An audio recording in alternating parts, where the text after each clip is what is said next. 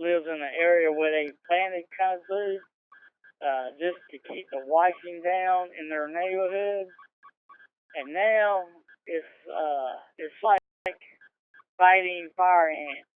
No matter how you beat, dig, try to put Roundup on, that stuff will not die.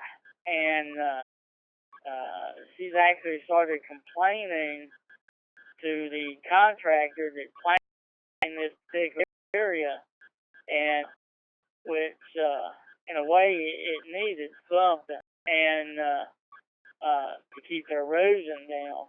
Now it's got to the point where she's fighting it to keep it crawling up her house and or in her yard, and she's even tried to put a wall, lay stuff down to get it to stop. And I said, no, once it goes up under, starts growing up underground, it's just going to pop up somewhere. So she's been fussing for several years and trying to get them to do something about it before it really takes over her yard, and that's what she's afraid of.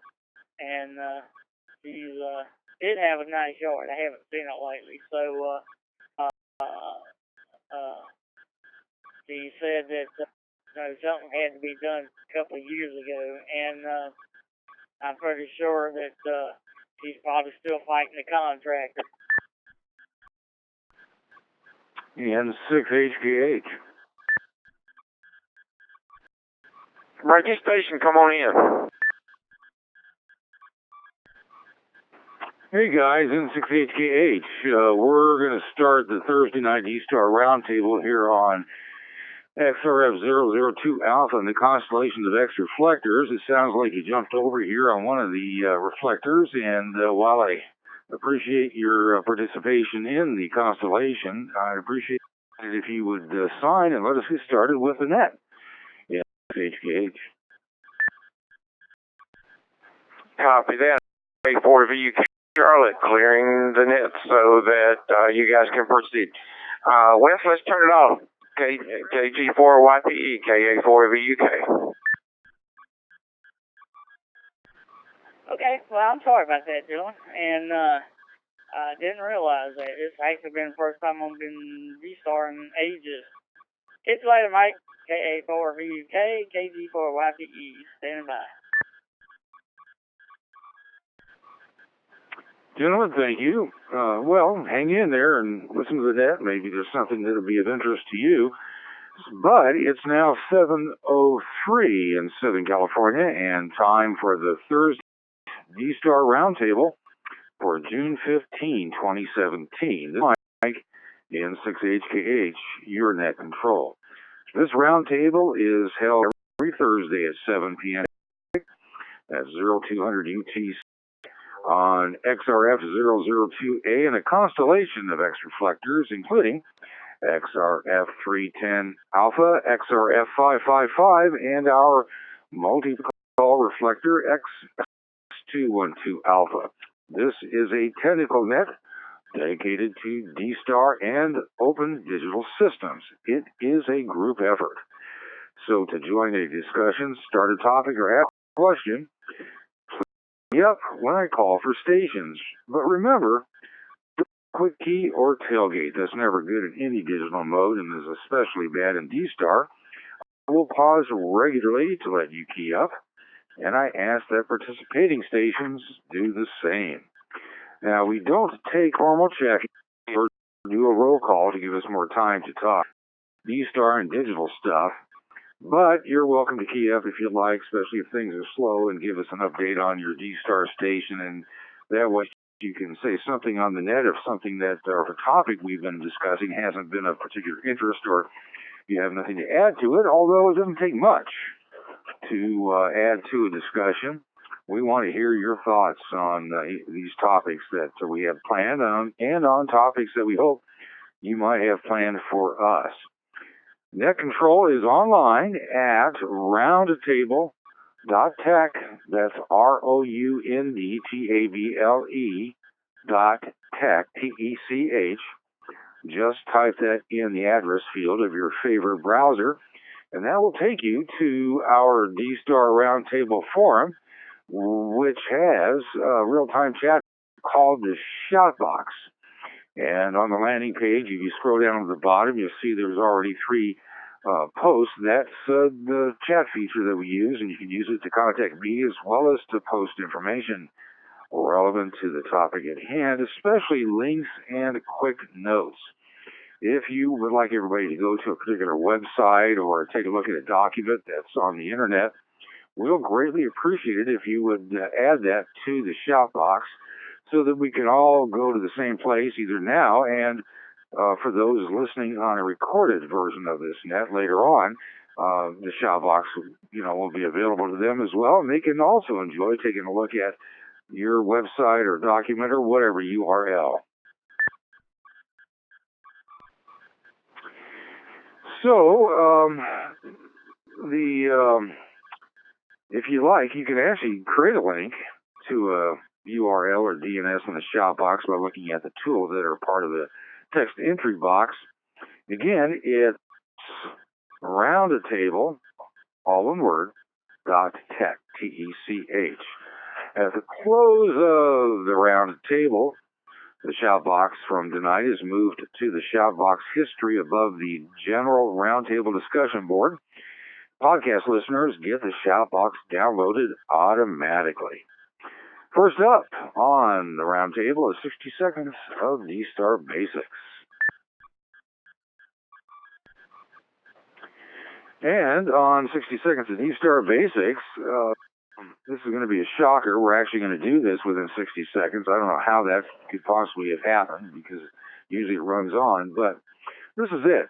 I actually got this from another net I was listening to, and a question from a new station or a station new to D-Star was, can you use D-Star during field day week or field day weekend? And the answer is yes. It is a digital mode just like any other digital mode. There are limitations.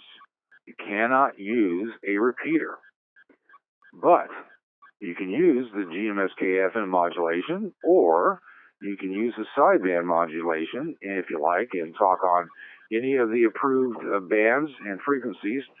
You can actually get credit through VHF and I think UHF as well, but I'm not positive about that. We'll get into that a little bit later. But essentially, it's simplex. If you have an antenna on the roof that's high enough, or you want to put up a beam and swing it around and make contact, there are field day station locations that have these set up on both FM and on sideband, and both are used. I don't know the extent of sideband, but I know it's out there because I've given points and received points for it. But as long as you're on simplex and you get another for another station, it's always a better idea to find a field day location operation that has said they're going to have a D-Star setup, something more than just demo, because that means it'll be probably on a repeater, but or perhaps on a reflector. But and you can't use a reflector either. So of course, a reflector you'd be connecting through a. It wouldn't be on the air. So let me back up a bit. You have to use a radio connected to an antenna. And the radio should be on battery power, although there are exceptions for a home operation and commercial power. But the bottom line is that you cannot use an access point or terminal mode or any other non-radio transmission to make field day contacts. And when you think about it, connecting to the internet is not part of field day. So the thing to do is to get an antenna pointed towards a location of a field day station or encampment that has advertised field day, and see if you can make contact with them, and either do that to offer them the point of the contact, or if you're participating in field day on a serious basis, you can also do that and contact and log it as well. So that's, oh man, I went over 60 seconds. What a liar I am. That's 60 seconds of D-Star Basics. Now, as always, if there's something you want to quibble with concerning 60 seconds of D-Star Basics or any topic where you either think I misspoke or I got it wrong or another station perhaps didn't quite cut the mustard in your view, feel free to key up because we're not going to take personal offense to it. We want to get out the correct information. We aren't into rumor, gossip, and we don't speculate unless we announce ahead of time that we're speculating on something. But basically, we try to avoid that at all costs. And you're certainly welcome to, correct or expound on anything, including 60 seconds. So if for some reason Field Day and the rules concerning digital and D-Star have changed, please speak up because we want to get out the basic information. But the bottom line is that if you have a D-Star radio, got some coax and an antenna, you can operate D-Star on Field Day. Just don't use your repeater. Alrighty, let's get on to topics.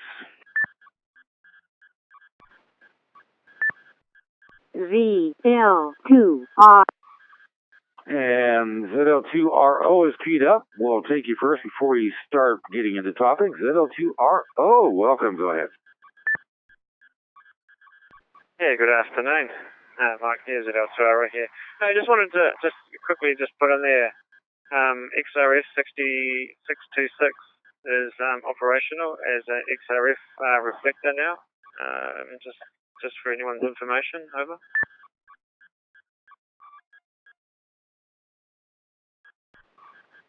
Alrighty, so you got that squared away and it's up and running, and I assume that the information you posted in the shout box last week is still good. You haven't changed the dashboard or connection information, and congratulations. If anyone has any questions about connecting to XRF 626 as either XRF or however they want to address it, feel free to key up because it is an often asked question about connecting to an XLX, and I think I said XRX. I'm not sure now, but anyway, to an XLX multi-protocol reflector. I'm not sure how long it's been since we've discussed it, but we're always willing to discuss it again if anyone else has anything further on it. So let me, I guess, take a break for announcements. Any other announcements before we jump into pre-planned topics? We'll take you now. Stations with announcements, please key up.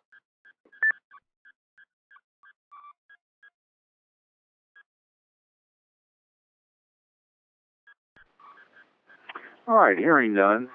We have 3 shout box posts concerning code plugs from discussion by stations that either listened by recording or participated last week. And just for those that weren't with us last week, we asked if providing code plugs would be on that is on the Roundtable Forum board, would be something of interest. I mean, there's lots of places you can get code plugs, but there's a concern about their trustworthiness, whether they're kept up. And before we ask people to take on a task and then manage it, meaning that the code plugs would be kept current, I want to see if there was some interest in it, and we have 3 responses concerning that. So anything further about the shout box post of the code plugs we'll take you now, please key up.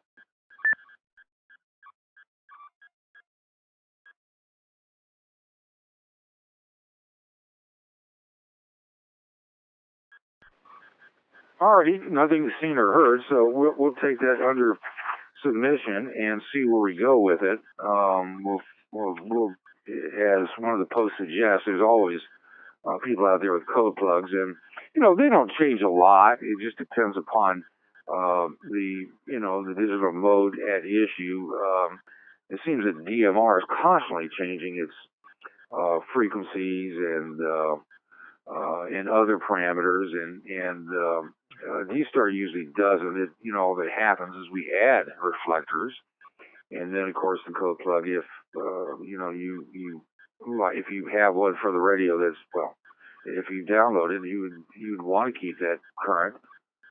Adding additional reflectors to your programming is no big to do because that's essentially what a code plug is just programming for your radio that's already done, and you don't have to do the hard work. So that's really all we have there.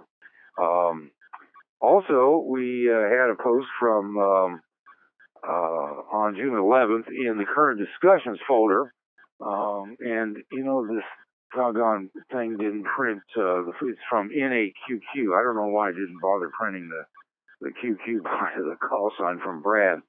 And we were asking if anybody had put the new Buster version to use last, I think, couple of weeks of Buster 1.1 that, you know, has to be used on Mac OS Sierra.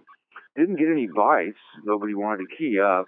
And we appreciate NAQQ posting a substantial discussion, as well, both the good and the bad. And some of the things that he found interesting would be interesting to others who have a Macintosh and or an Apple, really, computer that you like to operate on D-Star as a hotspot of sorts. It's really an access point. And Buster was the way to go, so we appreciate NAQQ posting that. And if you go to the current discussions folder, which is on the landing page and towards the top, it's an interesting article. And for those that have read it, or if NAQQ happens to be with us and has any further comment, we'll take you now. So let's just take a break. Anybody else put Buster to use? That is, they've downloaded it and put it on their Mac, and have you used it? What do you think about it? Buster fans, Buster version 1.1. I'd love to hear from you. Please key up.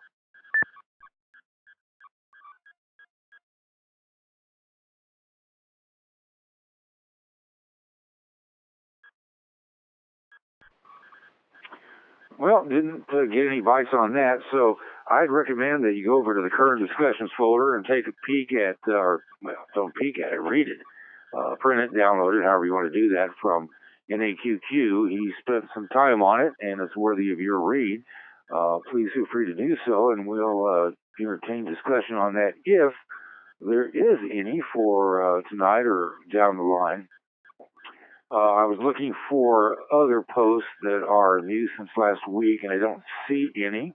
If you did post something in the shout box and you'd like to bring station's attention to it, feel free to key up at any time and point us to your post, and we'll be happy to make mention of it and talk about it if you like.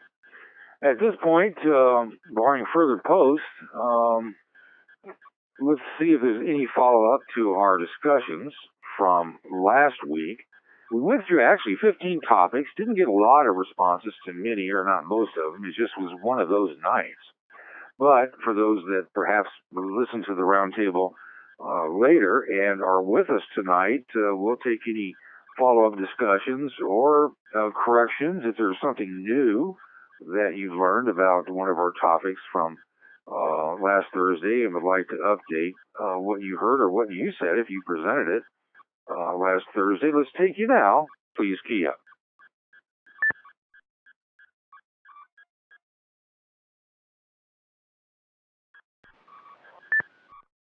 WB5EKU. And we welcome WB5EKU Don. Go right ahead. SXHKH, and then at WB5EKU. Yeah, I just wanted to do a little follow-up from last week. I had just gotten back from Europe, from a month in Europe, and I was pretty tired, so I can imagine my little discussion sounded like. So I was very fortunate to have lunch with Jonathan Naylor, G4KLX. I was in London, and I had emailed him a week or so prior to my getting to London, and he said he'd love to meet me, and he actually listens to the podcast, and he said he heard a nice discussion about K6PUW repeater and his MMDVM code that was on it, and so he made a special trip, which I feel kind of honored. He lives down southeast of London near Brighton, and he made a trip up into central London. We met and had, I'd say a good three-hour lunch, maybe 3.5-hour lunch. A lot of discussion. Definitely not all technical, but he is a very, very interesting person, very down to earth. generally a nice guy. Let me reset here.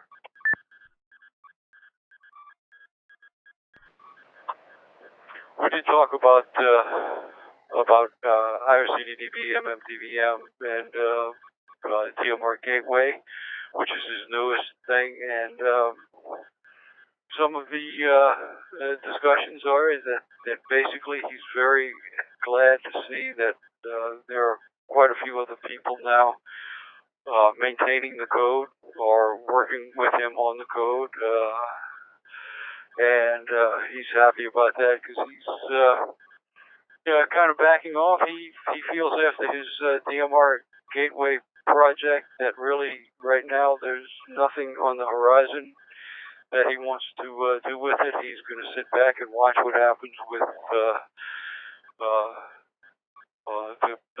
multi-mode and with Luke and Jean-Luc are working on with the XLX reflectors, and so he's kind of very pleased with that. But I was very fortunate to meet him. He was an incredible guy, and made a new friend. That's a nice thing about amateur radio is that you can hear the voices, but when you meet people face to face, it was a real nice highlight of London. Well, amateur radio wise, that's for sure. N6HKH WB5EKU.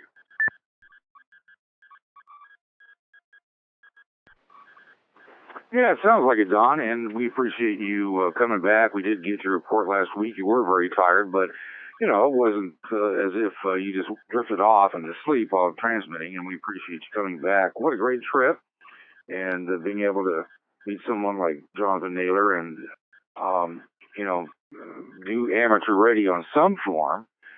Well, let's keep it specific, D-Star, because I don't know that we're too terribly interested about other things you may have done in ham radio there, but at least involving D-Star in some manner makes the trip very cool. A lot of us wish we could do that. A lot of us bring gear and just never did get on the air. There's just too many distractions. So I appreciate your report. All right. Anyone else have any follow-up to last week's discussions or topics that you'd like to talk about, or if you heard about it on recorded version and would like to talk some more, that is for the first time for you, but perhaps there are some things that came to mind that you'd like to add to the discussion or ask questions about, let's take it now. Stations, please key up.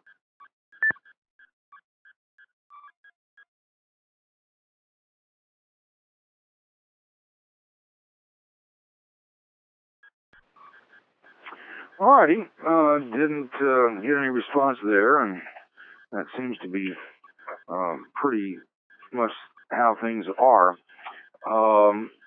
I'd like to start out a bit with Field Day coming up, and given 60 seconds of D-Star Basics, which, despite threatening myself, went far beyond 60 seconds as usual.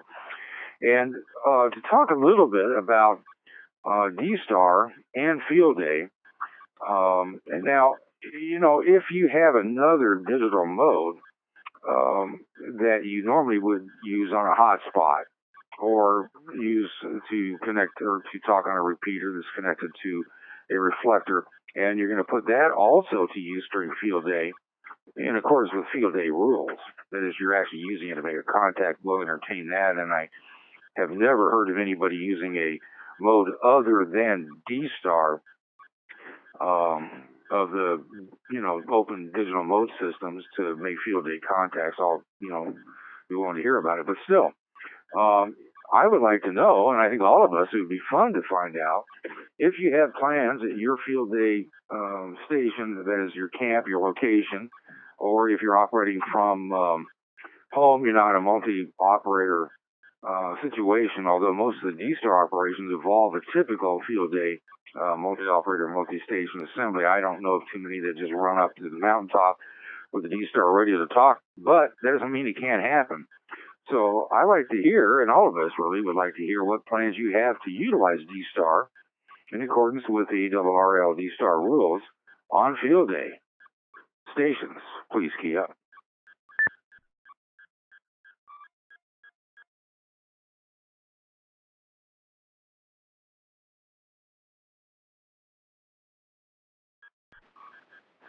Really? I just did a quick internet search, and as was the case last year and the year before, some of the big field day locations, many of them still have D-Star down as an actual field day station, or that is operating mode, and intend to have D-Star available for contact, realizing its limitations, but then I guess everything in amateur radio to some extent is limited. And some of them are very explicit as far as what equipment they'll have for D-Star. And I know that it's a number of stations have put D-Star to use at home, either as an emergency or commercial. I'm not sure which category you would choose to use, but still, that is, something is, assuming you have the ability to get an antenna up, and you just can't use your HT for it. But still, there were stations that made D-Star contacts during the last several field days, and it's always been interesting in hearing about their setups and their intentions, how much time they're going to spend, how many operators are going to be assigned to it, how serious of an effort will be made. Sometimes it's more for public show because, as you know, field day events, many of the locations are public and they actually encourage visitors. But assuming that that is not the case, that is that you're going to use D-Star as a legitimate field day mode for contact, we'd like to hear about it. And it's beyond my belief that absolutely no one intends to operate D-Star on field day. So let me try this again. If you operate D-Star on field day for points, or to offer points, I guess you could just not keep a log. You can always just be available to give contacts. We'd sure like to hear what you're going to do. It's more than interesting. Stations, please key up.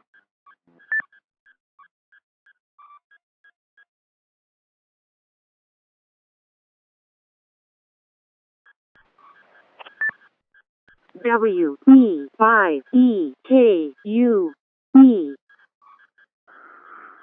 WB5EKU. Go ahead.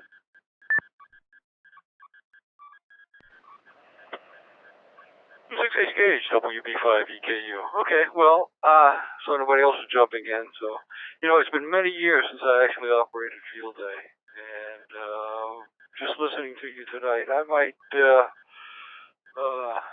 go try to do something on field day. And if I do, I'll probably only use D-Star. Come to think of it. I know there's a group that works up north here, up pretty close to Fraser Park, and might go join them for a few hours and try to work some D-Star.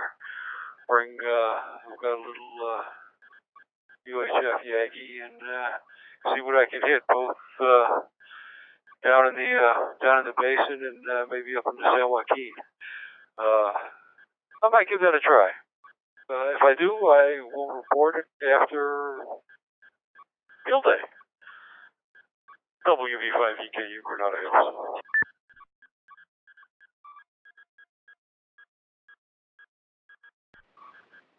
Well, that should be fun. Stations, please key up.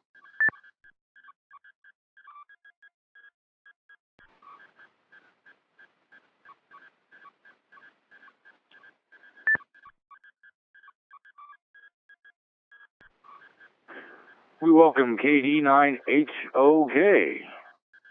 Go ahead.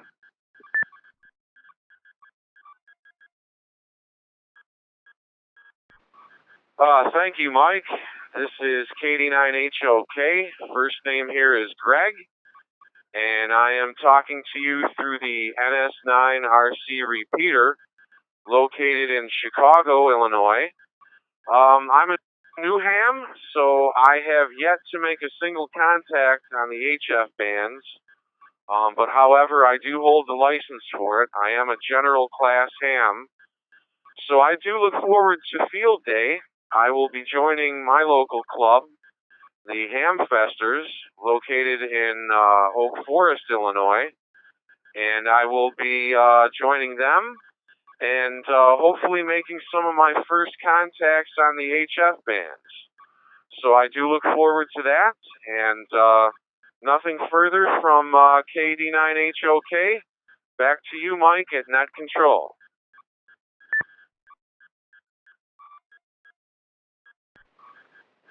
All right, Greg. Thanks for that report. So, are they going to have? Do you know the equipment that they're going to use for D-Star to operate on sideband? Is it 7100, 9100, or do you know? And what? How are they going to be set up to make contacts? What kind of antenna arrangement, if you know? KD9HOK, go ahead.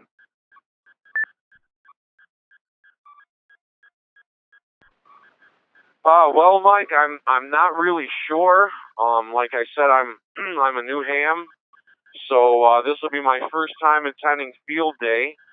They did mention a few different things that they were going to be doing at the last meeting, but I really don't remember much about it. I believe they're going to have a 40 meter and an 80 meter HF station. And then I think they're going to have a 2-meter station. I'm not very sure if they're going to be featuring anything at all on the D-Star mode, but that would be very interesting if they did. So I will definitely be able to let you know after field day, and I'd be happy to check in with that information then. So till then, this is KD9HOK. Back in the group listening. Back to you, Mike.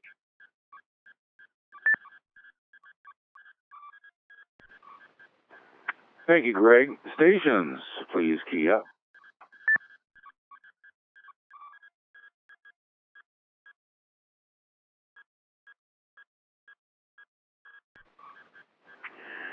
Well, let me just see if I can stir some things up. Last time we talked about field day here on the Thursday Night D-Star Roundtable, which I think has been pretty much every year.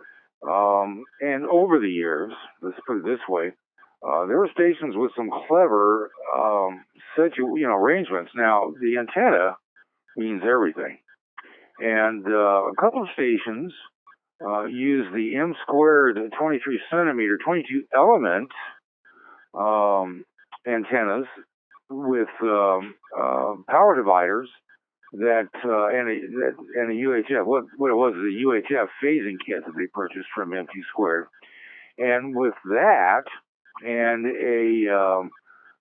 these 23 element 1.2 antennas, which are quite something. I mean, it's something you just don't hold up. I guess you could do one of them. There was a station that said that just had one and kind of swung it around looking for anything D-Star that you could be picked up. But some stations actually hoist up, mounted to the back of a van, or they just take them outside and put them up as they would as part of any other antenna array for field day.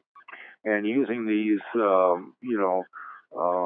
28 dB gain, allegedly front to back, 23 centimeter antennas, they did quite a bit.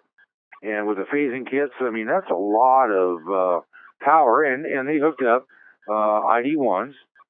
So they had 10 watts. They sometimes added an amp to it. What am I talking about? It's 1 watt with an amp to 10 watts. And had some pretty good success. Others used, high efficiency beams on 70 centimeters, and just, it's better to see if you can't locate on a map, get the directions, and point at a field day location where they're operating D-Star and try to make contact that way. But this is some of the stuff that stations have been putting to use that are serious about operating D-Star field day. So looking for some more stories, even if they're just plans, We're still, a weekend away from Field Day weekend, but it's never too soon to encourage people or to talk about it. What do you think? What are your plans? Or are you suspicious about the effectiveness of D-Star as a Field Day station? Stations, please keep up.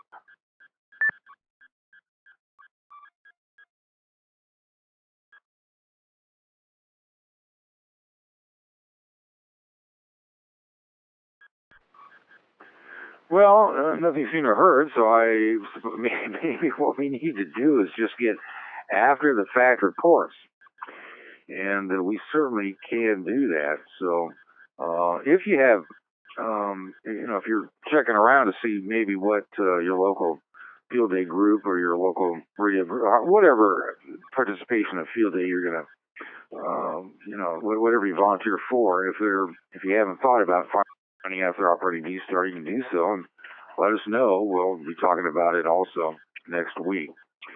One of the topics that has come to our attention, and there's been several stations who wanted to discuss it, was a multi-mode hotspot, or more properly described as an access point, using just a second here, I'm losing my paperwork. The Blue DV, that is the BlueStack with the dual DV Mega, with the BlueStack with the Blue DV software. That's really the way I should have described it. Jim Owen, as you may remember, reported that he purchased the parts and was going to put it together. Perhaps you may get a report from him.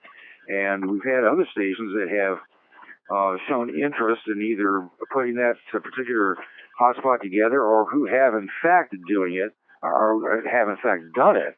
Again, in case I stumbled through this before and it didn't make sense, it's a multi-mode access point using the DV Mega and the BlueStack board and the Blue DV app. Now, there are other configurations that you can put together, but it's very compact and easy to operate and interesting hotspot. So I'll take stations who would like to talk about it. Stations, please key up.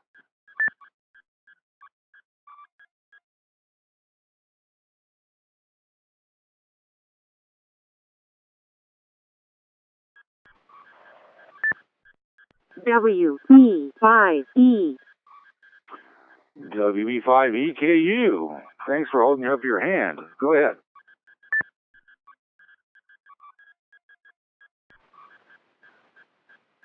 This is HKH, WB5EKU. Okay, I don't want to hog the net here, but I just got mine working today.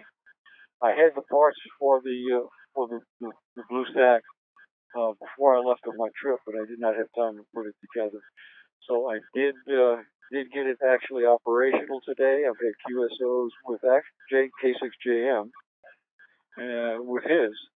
I have it running through my. Well, I have it set up on 3 devices. I have it set up on my telephone. I have it set up on a small Samsung tablet, and I have it set up on a Amazon Fire HD tablet. Right now, I'm using the small Samsung tablet as my internet, and it talks to the BlueStack via Bluetooth. I wish I had time to take this with me on my trip. Although I did have a D-Star Commander with me, Raspberry 5 Mega. But this is so nice and small and compact. I love it. I'm playing with it. I'm talking to it right now. N6HKH WB5EKU.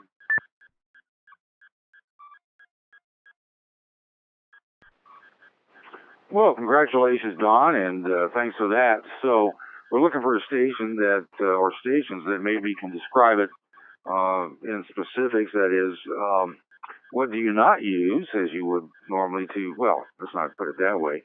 What do you plug the DV Mega dual band radio into, and the BlueStack board, I think there's a couple of versions, and of course the Blue DV software, and give a little insight into how it operates and maybe a comparison to other access points and some pros and cons. Stations, please key up.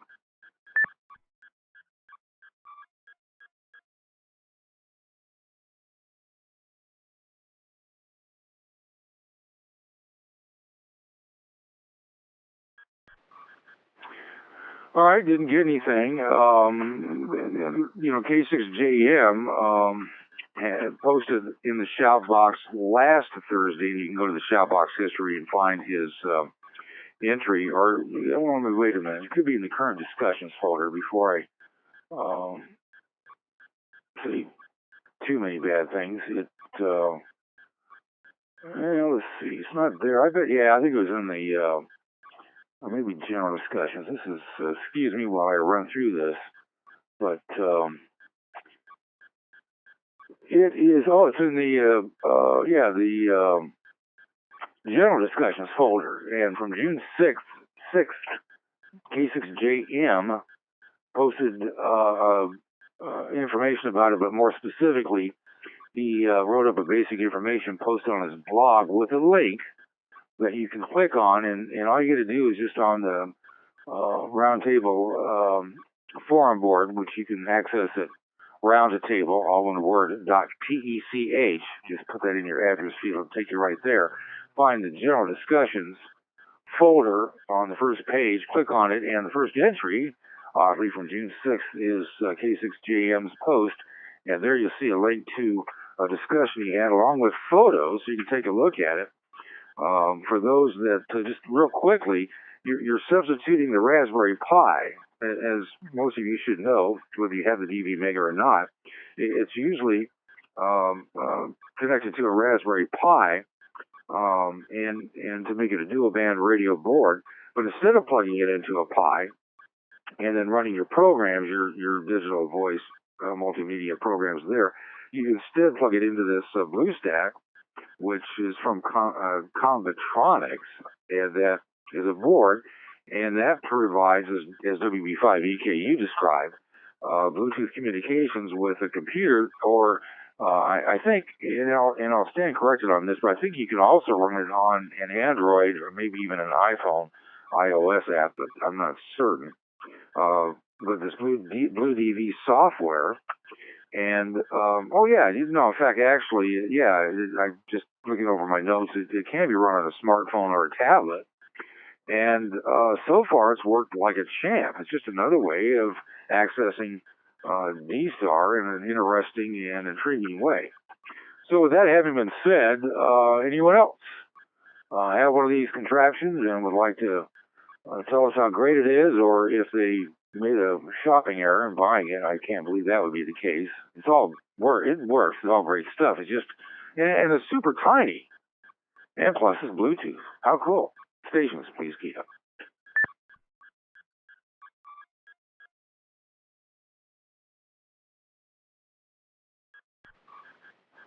All right, nothing there. I have been in communications with K6JM, who's just ungodly busy, and we're hoping to have him join us and discuss this at some point in the future. So it's just a very cool device that is out right now. So anybody have, and let me, I keep getting emails asking that I call for stations with reports on the ID 4100. We've had 2 stations report positively on it. There are a couple of posts in the forum boards about it. I mean, it's just in general. Nobody seems to appreciate nor believe they should pay for a hardwired access point or terminal mode. And at present, you can't use it to connect to reflectors.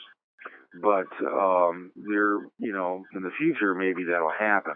But aside from that, there has been some expressions of a positive nature about that radio, and yet apparently people still need to be convinced. So if there are stations who have recently obtained the ID 4100 and have put it to use and would like to give us a quick review of it, it can be good or bad, and what they think about it, so that those who might want to invest in it but aren't sure if that money should be spent on that particular radio, would like to hear from you. Stations, please key up.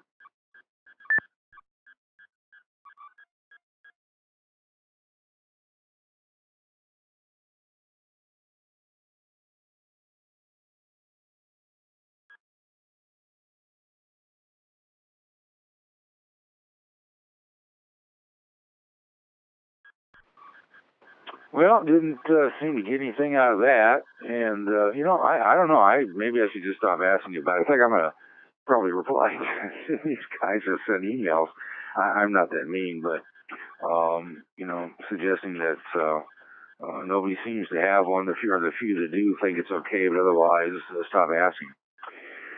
So, has anybody bought any new D-Star gear that they'd like to discuss?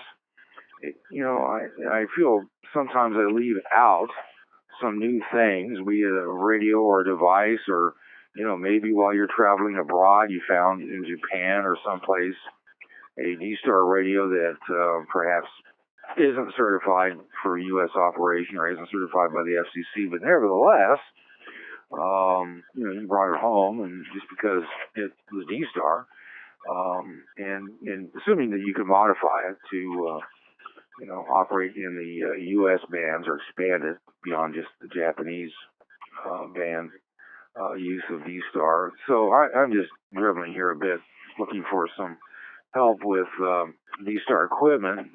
There really isn't much new other than what was announced at Dayton. There's been a bit of discussion about that, and of course the two new the ICOM D-Star radios, and the 4100 being the most recent release. There seems to be zero interest in that. So, if you have something new in D-Star, we'd like to hear about it. Stations, please key up.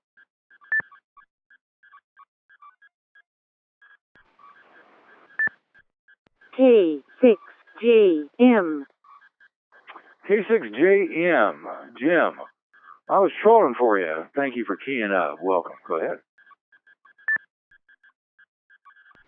Well, Mike, Annette, sorry I'm joining late, but I was kind of obligated to take our dogs for a walk. One of them just had his third birthday today, so I could not deprive him of the walk. Just got back this very second, so I don't know exactly what you've all talked about. Mike, I sent you a note about some possible D-Star topics. Do you have one that would be good to talk about?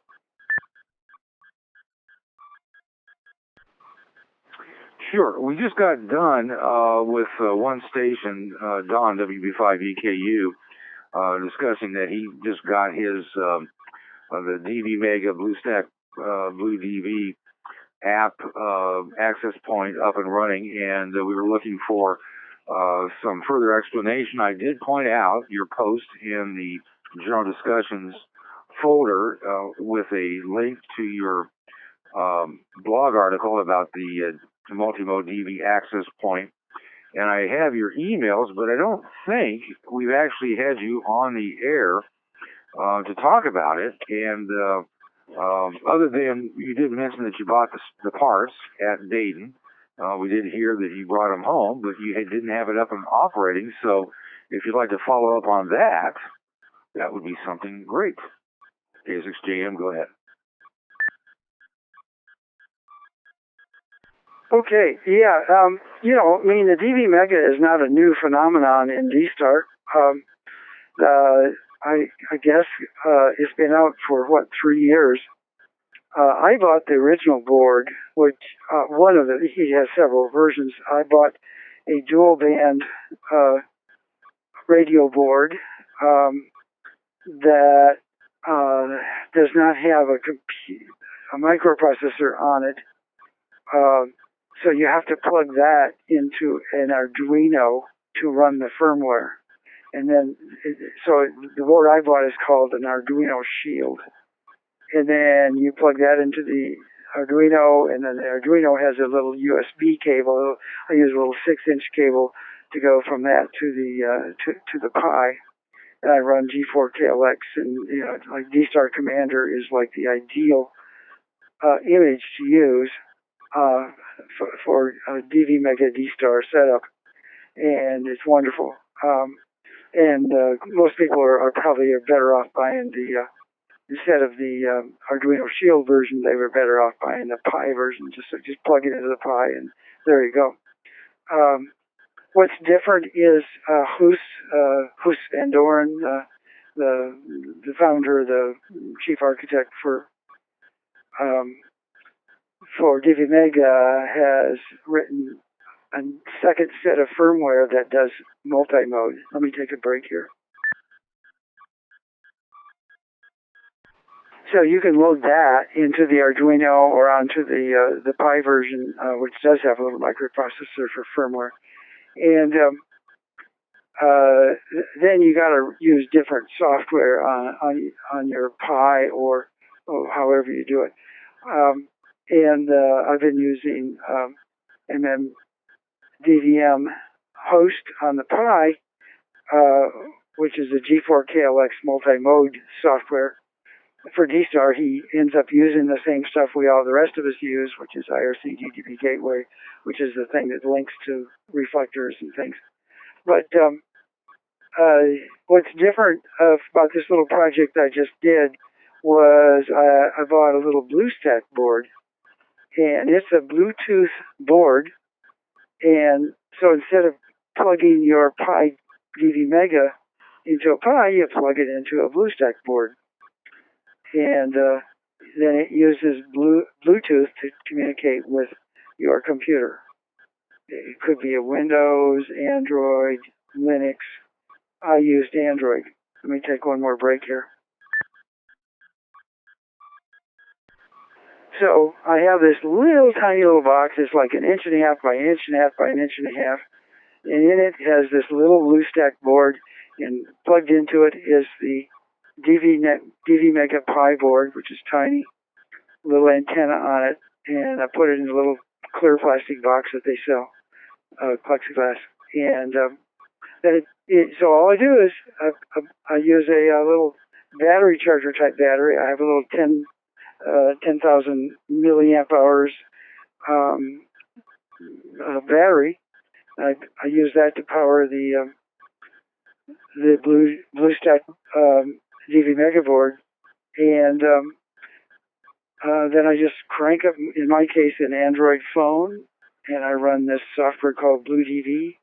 It's wonderful. It's multi-mode. I've used it mainly for D-Star, which is my preferred mode, and it's really tiny, really easy when you're traveling. I use it on my recent travels, and I love it. So that's kind of my general overview. I'll kick it back to you. This is K6JM.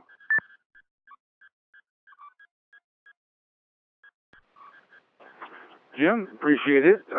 Stations with questions about Jim's discussion. If you have any questions about the project, perhaps where the parts are, if you've looked at the blog and have some concerns or don't quite understand what you're looking at, this would be a great time to ask, since the post was written by K6JM. So stations, please key up. K6KD.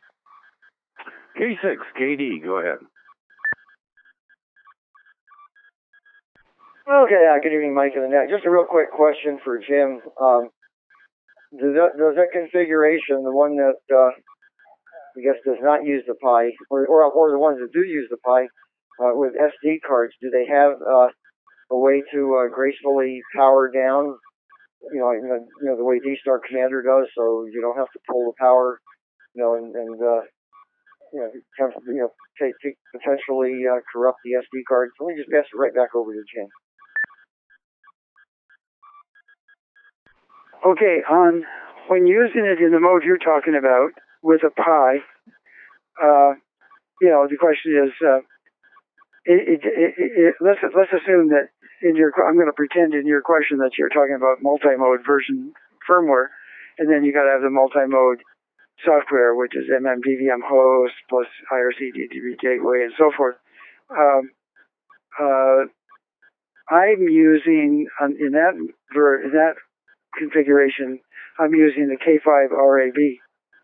Now that's because he's kind of done a lot of the work for the multi-mode stuff. If I were only doing D-Star, there's no question I would use D-Star Commander W6KD. But so to be real honest, you're asking me a question that I'm embarrassed I don't know the answer to. Does K5 RAB image give you an easy way to power down? Obviously, the simple way would be, you log back onto it using either SSH or a VNC client and power down, as an operator, but as an admin sysop. But I don't know if there's a way you send an RF command to power it down. I'm sorry.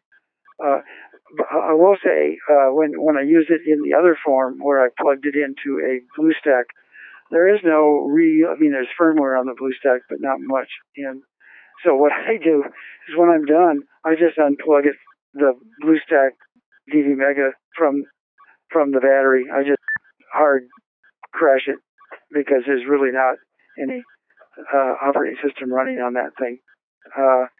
I'll kick it back to Mike and let him take it from there. This is K6JM. Well, K6KD, anything further? Go ahead.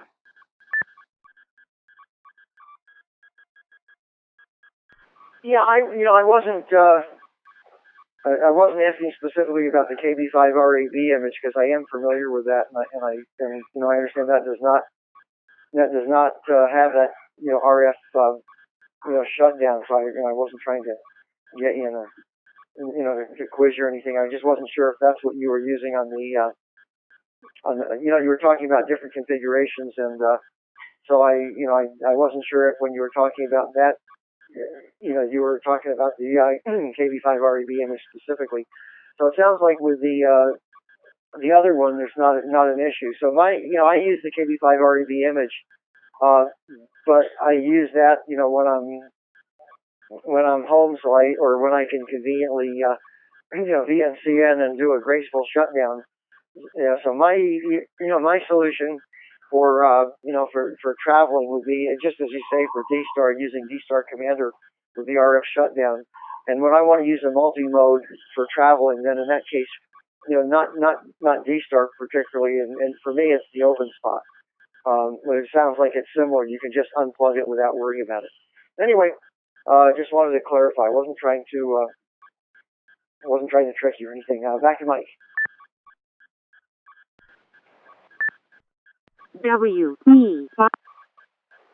WB5EKU, go ahead. Yeah, okay. Maybe this wasn't clear. I don't know. But the operating system basically is not on the BlueStack. It is on the device that the Bluetooth connects to. Right now, it's living on my Samsung tablet, and all the connection and everything is done through the Android operating system. There is no operating system because it's an embedded type device on the BlueStack, so you can unplug it and it goes away. You don't have to. There is no shutdown procedure you have to go through. Just disconnect on the tablet, telephone, or whatever, and let me see here in the background here. So the operating system is in the device that the Bluetooth connects to. There is no danger when you just pull the plug on the BlueStack. Does that clear it up a little bit? N6HKH. All right, let me turn it to John. See if he the K6KD to WB5EKU. Yeah, Don, fine. That clears it up. I was just concerned about any configuration that uses SD cards, and what the power down situation is. Anyway, but yeah, that explains it. Back to Mike.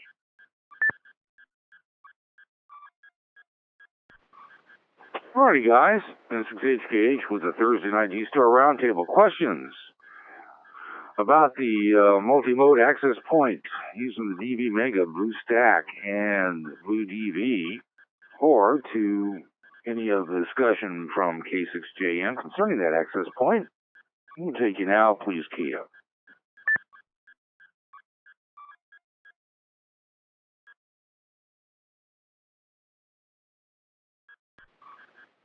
Nothing seen or heard. Anybody else have one of these devices up and running or up and in the dumpster? Please key up.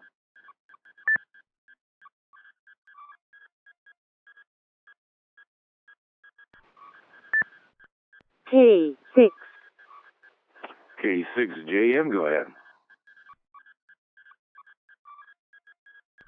I'm thinking for a future G-Star Roundtable, it would be fun to have someone who has used both the OpenSpot and what I was describing, the DV Mega BlueStack BlueDV system. I have a feeling that OpenSpot may have some more capabilities, although I got to say the one I'm describing it fits my needs, but it would be fun to have someone who has used both enough so that they can kind of compare. And I don't know that we'll have that tonight, but that might be good for the future. K6KB.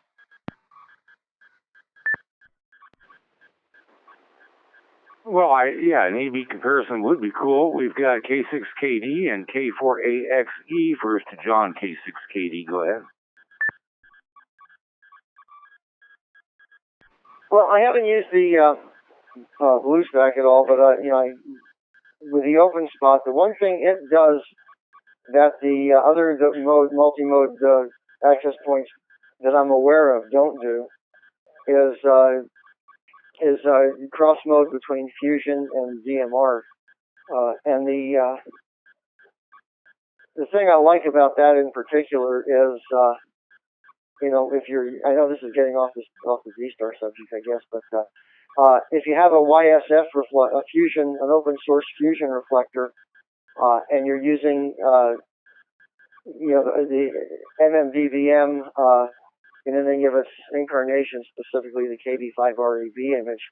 In order to use the YSF reflector, you have to have a Yaesu Fusion radio, which among my radios is my least favorite because of the audio quality. So instead, I can use a DMR radio with the OpenSpot, and in addition to going to DMR talk groups, I can go to the YSF. So I guess the cross moding between the Fusion and DMR is the one thing that OpenSpot does. I suspect the other ones don't do, but I can't say for sure about the BlueDV, of course. Back to you, Mike. Thank you, John. K4AXE, welcome to the roundtable. Go ahead.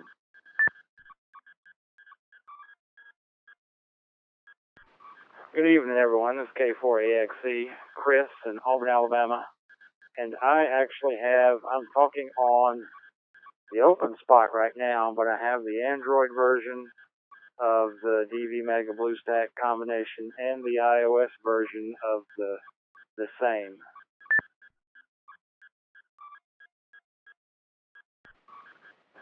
Very cool. So, what do you think of each, and which do you prefer? K4AXE, go ahead.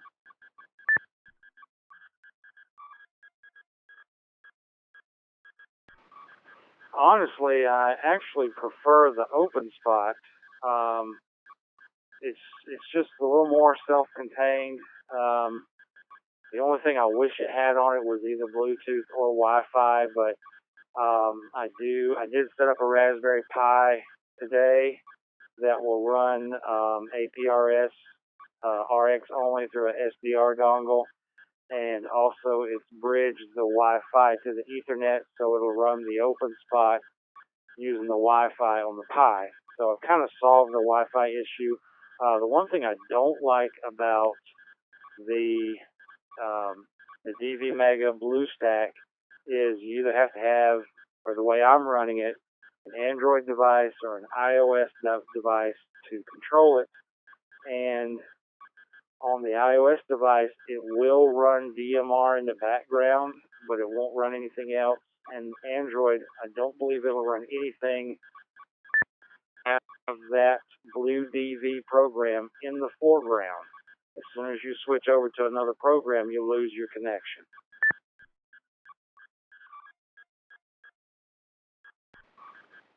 Aha, pretty interesting. All right, stations. Either questions for those that have the devices and are getting them, and have worked these access points, or if you have the DV Mega Blue Spot, and for that matter, another access point, and you prefer one over the other, we're looking for reviews, both good and bad, on DV Mega Blue Spot Blue DV app, because it was displayed at Dayton. It is intriguing. It is very small. You've got Bluetooth going to work. There's certainly going to be improvements over time. And it's just an intriguing access point. So we'd like to hear all viewpoints. Stations, please key up.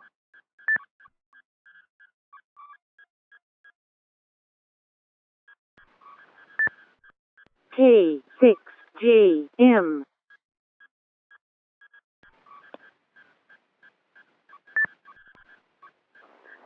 I've got K6JM and ZL2CE. K6JM, go ahead.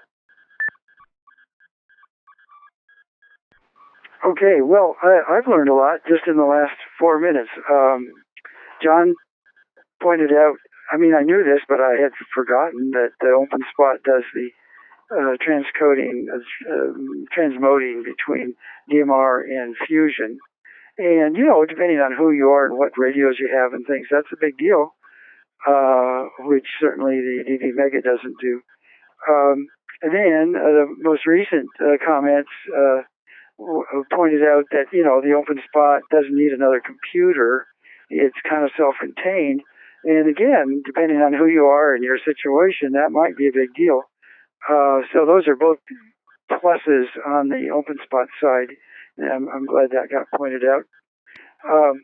Now, in my case, I take this little DV Mega BlueStack thing along when I'm traveling. It takes up just virtually no space at all. When I get back to the hotel, or if I'm at a dog show waiting for something to happen, I'll pull this stuff out, crank up the BlueStack thing on my phone, bring up Blue DV, and I do a connection to some, reflector, and that's all I'm using my phone for. So to me, it's not an issue, but if I were at home, it would be. So it's good to know the differences, and that was what I was looking for, so I'm glad to hear that feedback. Back to you, Mike, K6JM.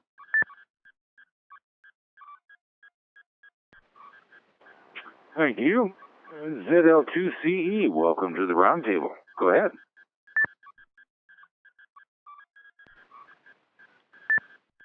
V. Right. Thanks, Mike. Name here is Jim, and I'm currently in a parking lot in Masterton while my partner does some cooking. But I was listening to the conversation, and I'm a relative newcomer to D-Star. I'm using just a small dual band transceiver, not running much power, but the repeater I'm working through is only a few miles away from me, so quite good communication. Okay. Yes, there's certainly quite a lot that you can do with D-Star, and I'm still a relative newcomer to it. Anyway, back to you. Over.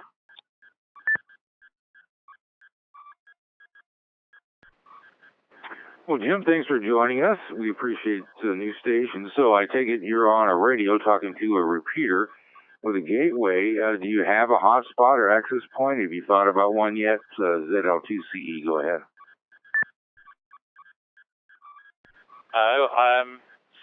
There is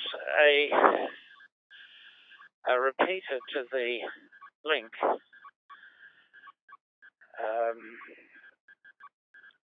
Hang on, I was a little bit confused. I thought I was on the national system here. No, the repeater I'm working through is over near Wellington. So that's about 60 or 70 miles away. But there's still quite good communication in that direction. Yeah, there's one or two hotspots about. But the best one in this region is near the capital city, Wellington. We have an overcast day. It's only a day or so away from the shortest day here. So we've had quite a bit of cool, wet weather over the last month. Anyway, back to you, and I'll sign briefly on the next one. I'll have to move on shortly. Over.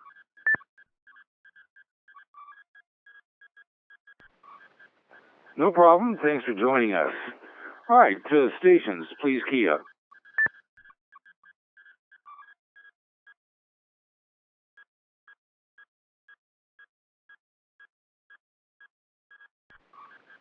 Well, let me be more specific. Anything further on the DV Mega Blue Stack, Blue DV, and comparisons with other access points.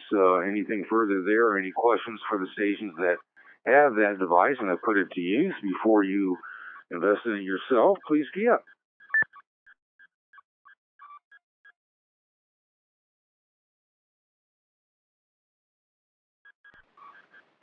Alrighty, nothing seen or heard.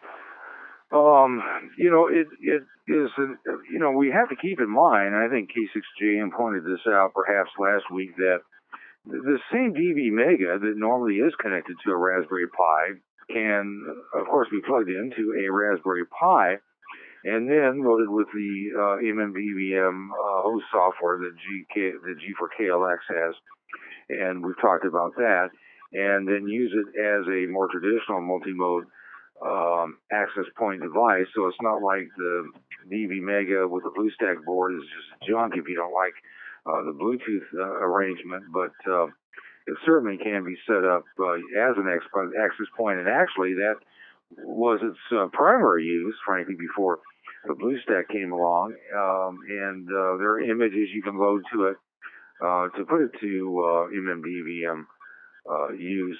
So that DV Mega is a versatile device, and the form factor depends upon what you plug it into, how you run it. But if Bluetooth isn't your cup of tea, there are other things that you can put it to use for, and it's a very stable access point, no matter how configured. So anything further on that, or access points in general for that matter? We haven't really asked if anybody's got access points that they are mad at, upset about, just don't want to deal with anymore. We'll take those comments as well. Stations, please key up.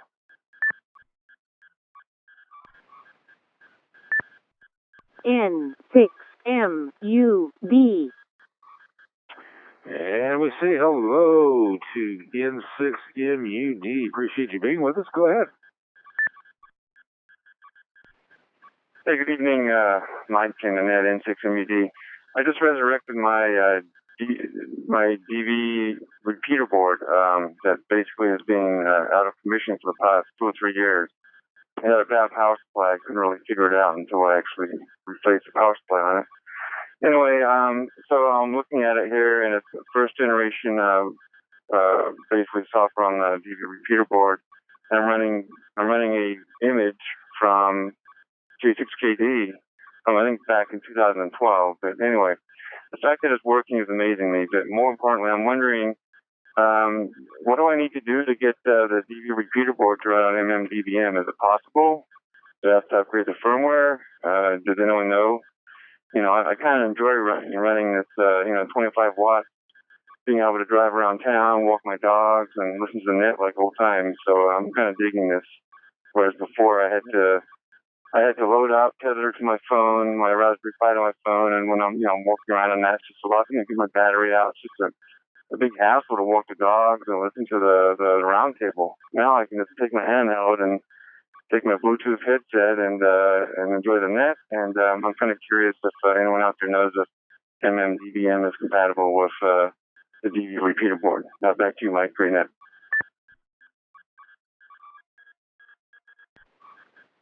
Great, thanks for the question. So you're talking about a DVR PTR board, and if there's software that can run it as an MMDVM. That, I presume, is a question. Do I have that right, Greg? Real quickly, back to you.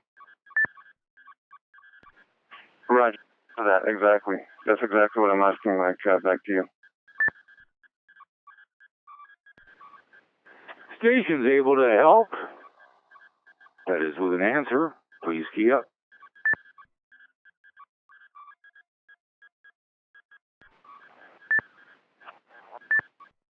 W4.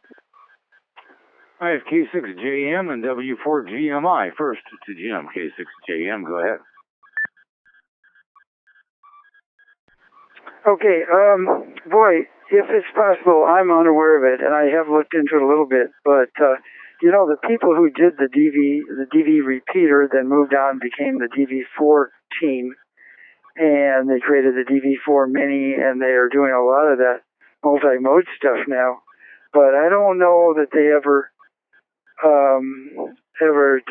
went back. If so, I'm unaware of it, and it could be I'm just out of date.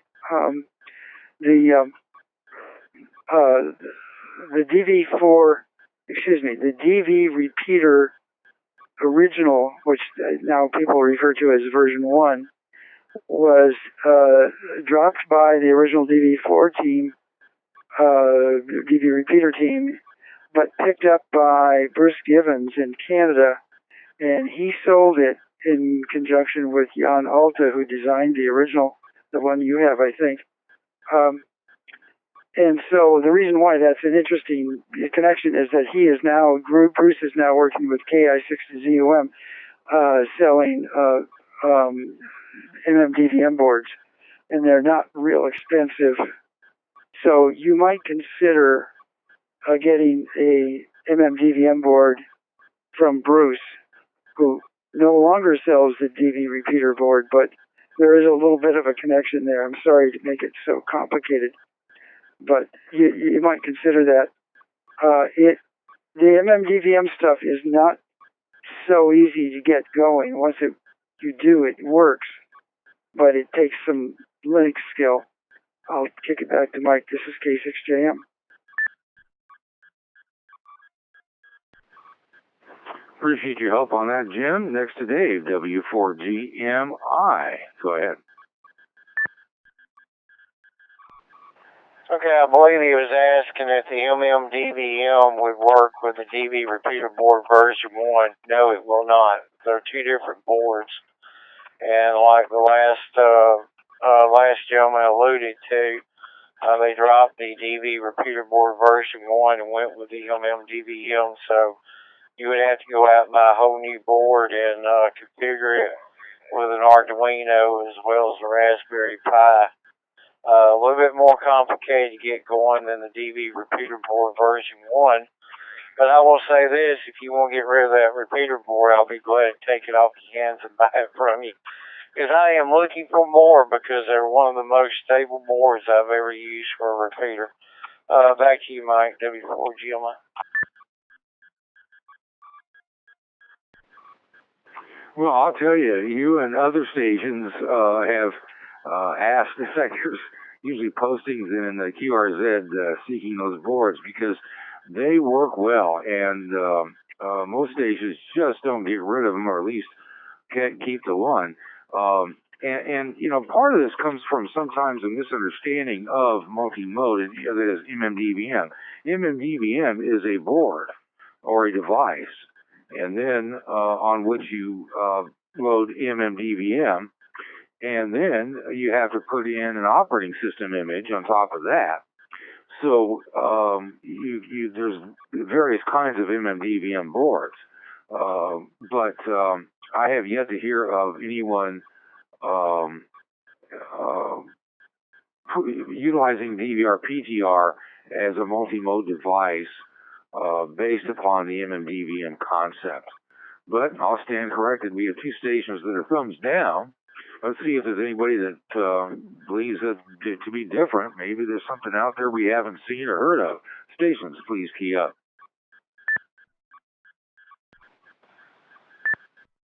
K6FED.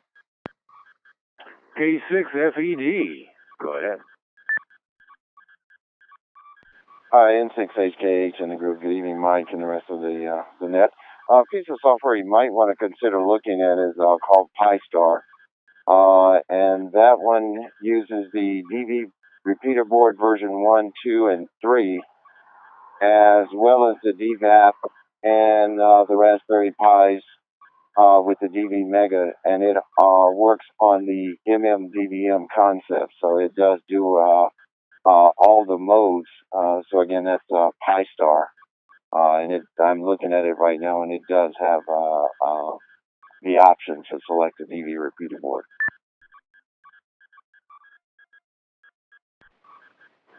Oh, really? You know, we did have Pi-Star come flying across the round table. Perhaps a couple of weeks ago. There was some discussion, but not much. So that is pretty interesting. Is there a URL or website that talks about Pi-Star? In fact, actually thinking back, one of the problems was it was just kind of like out there and no support, no discussions. Has that changed? Have you been keeping an eye on it? And assuming that we might be interested in reading more about it, where can it be found? Back to K6FED. Now, of course, you don't have to answer any of those questions unless you so feel obligated to. Just keep in mind that I've got something pointing at you. Yes, I got the answer, Mike. The Pi-Star software is developed by a guy in the UK. His name is Andy Taylor, and he's very active as far as supporting it. Most of his support comes from a Facebook page. So if you subscribe to Facebook and you post a question, in most instances he'll get back to you the same day. So the support for the software is, I'd have to say it's very, very good. I've had some challenges, and he had no problem with sending me an email and getting back to me. I will post a link in the shout box in just a few minutes because I can't remember it off the top of my head, but it will be up there in just a few hours.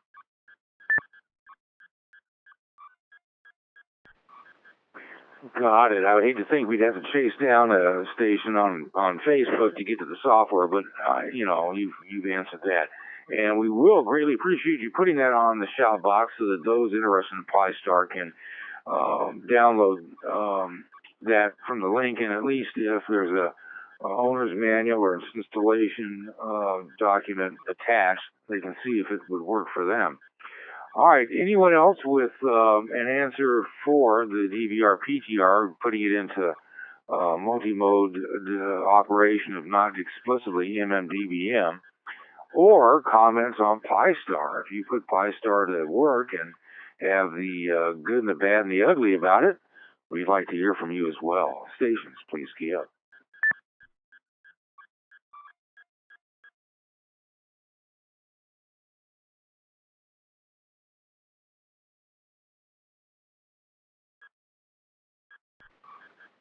All right, didn't get any bites on that. So N6MUD, were you listening? Did you write things down? Or is this old business? N6MUD, go ahead. Hey, thanks, guys. No, it's definitely useful information. PyStar, I'll check it out when I get back to the PC. I'm out walking my dogs. I'm about, I don't know, a mile away from my hotspot here. So, gotta love the D74 and the Bluetooth headset and D-Star and all the other technology. So, I haven't made the leap over to DMR yet, but now that I've got a potential solution to where I could actually get some range out of my my hotspot, I'll look into doing that. So I appreciate that, guys. Back to you, Mike, right now, N6MED.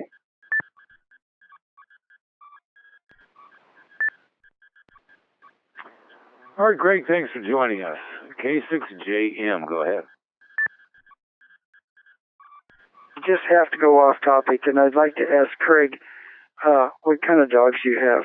I'm a dog person, and I just have to ask, since you're out walking yours. Hey, Jim, I've got two Shiba Inus. I don't know if you know the breed, but they're like small Akitas. They look like basically foxes. I got a red one and a black and tan.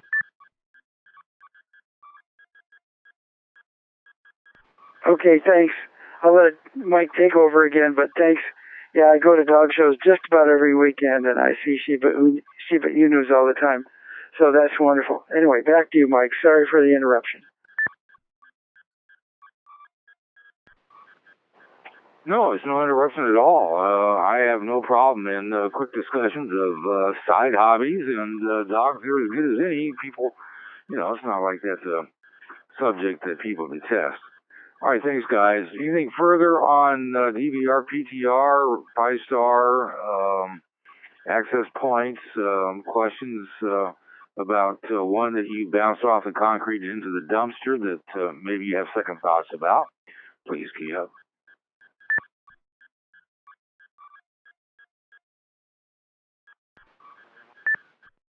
K6JM. K6JM, go ahead. Well, Mike, in keeping with kind of the general set of values that are embraced on this roundtable, which I would boil down to say open source, the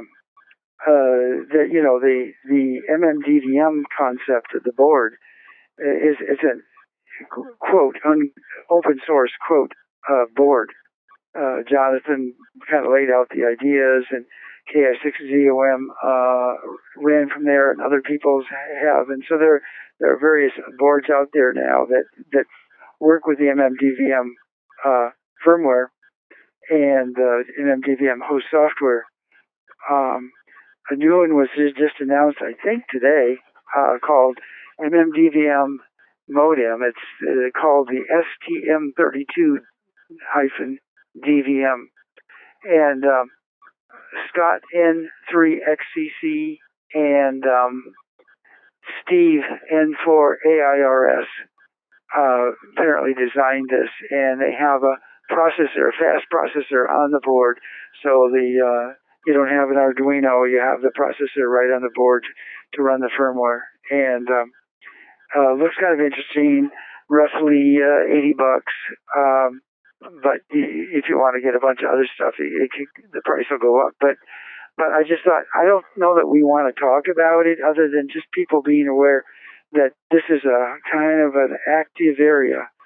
These MMDVM, the multi-mode digital voice modems, is a very active area. And for people who like D-Star, these things do D-Star really well. So back to you, Mike. Just wanted to point that out.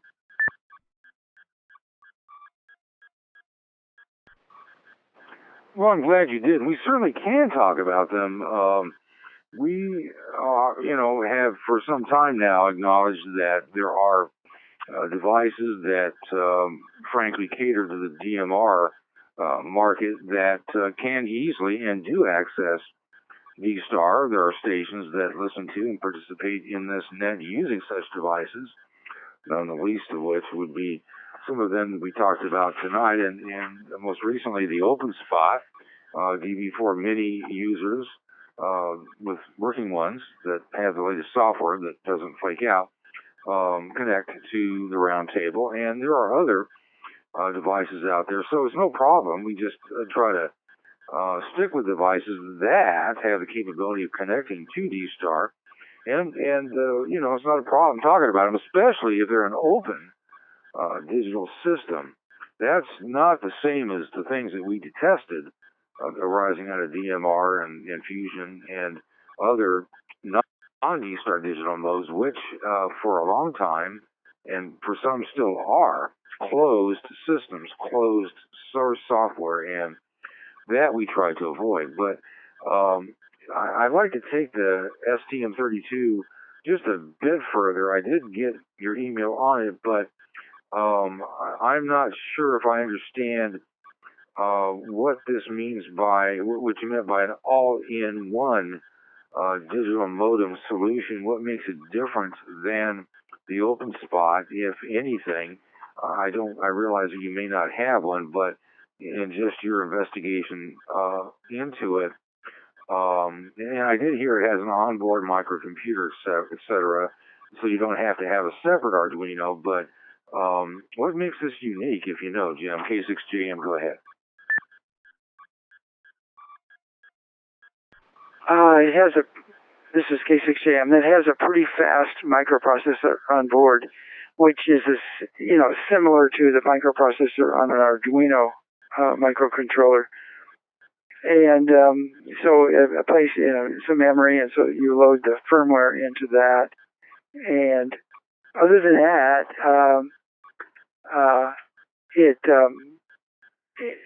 you know, it's just another MMDVM board that is functionally similar to what you can buy from Bruce Givens in Canada based on the KI6CUM layout. But it sounds like it's got a pretty fast microprocessor on board, and I don't actually know why they wanted to come up with something different. I guess it's always good because, you know, you're always tweaking, and competition is good. But I just read about it today, so I really have no facts that I can help you with, Mike. But just to be aware that this is an active area, K6JM. WE. All right, Jim, thank you. WB5EKU, go ahead.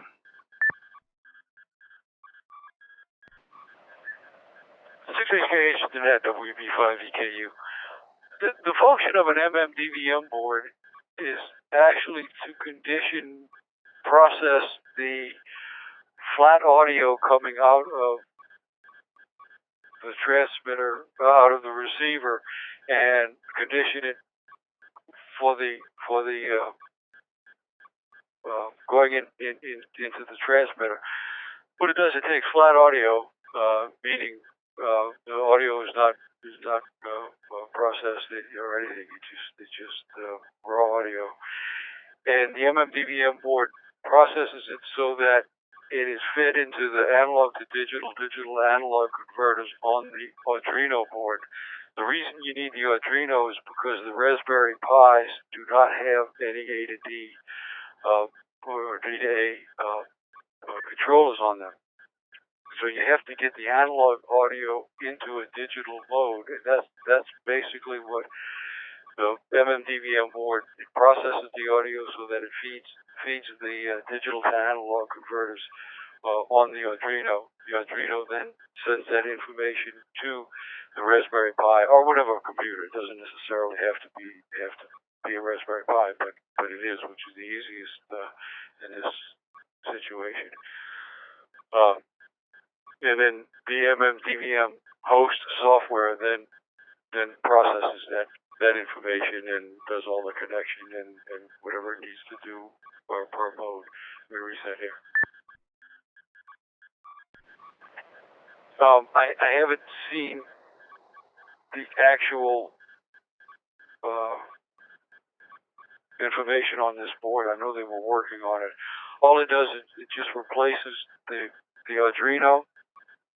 It gives you one less link in the chain. You go directly audio into this board. The board processes it. It does the analog to digital, and then it hands it off via USB into the Raspberry Pi. So you have one less link. Right now, you go to MMDVM board into an Arduino into the Raspberry Pi. This kind of consolidates it. So it makes it. I don't know. I don't want to call it more efficient, but I think it would be more efficient because there's one less thing to actually go bad. If you lose the firmware in your Arduino, which you have to keep updated, by the way, whenever you do an update on the MMDVM host software, you have to update the firmware. You probably have to do that also on this STM board, but the STM35 XXX, it's a version of processor, and they are, like Jim said, very fast. So N6HKH WB5EKU.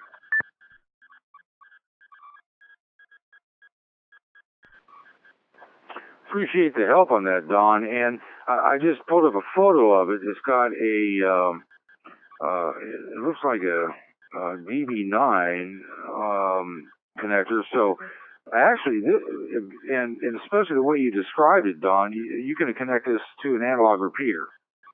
And the more I think about it, and I didn't get to the schematic and board layout, but it would make an analog repeater digital capable.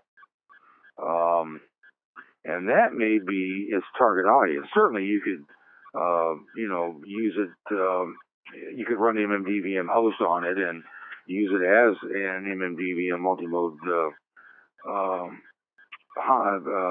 access point. But I just bet they're targeting analog repeaters who want to convert them to digital. I wonder if that's what they're going for. Just out of, I'm going to kick it back to WB5EKU. Do you see it that way, Don, or am I washed up on this? WB5EKU, go ahead.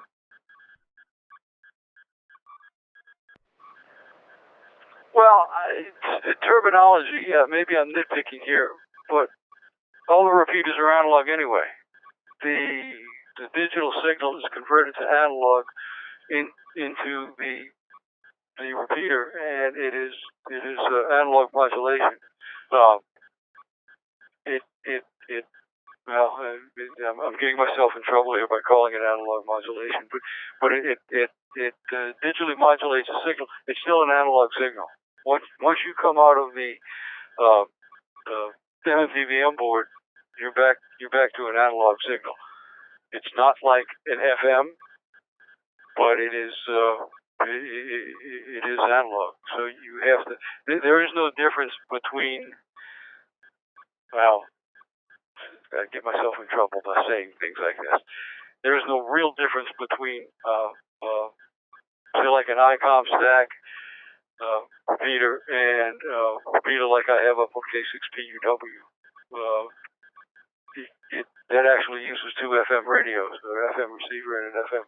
I use Motorola, and I just take flat audio, non-processed audio out of it and into it. So yes, that is the direction they're going with it. So you can hook it up easier, but a digital repeater is putting out an analog signal. It's just a different waveform than what your ear is listening to. Hope I didn't confuse it. WB5EKU.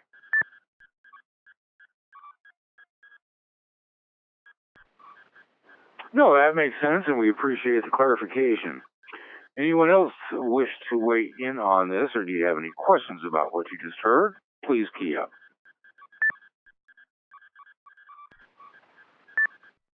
AE7TD. AE7TD, thanks for joining us. Go ahead. Thank you all. This is first time. Name here is Dave. Delta Alpha Romeo Echo. So question, how is this different from the Yaesu DR1X through a URDC controller. I mean, that basically is the repeater that I'm talking to you right now. So how is that different from running this board versus the UDRC?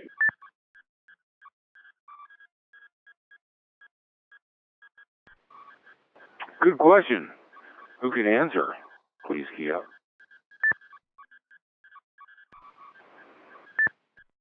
K6J.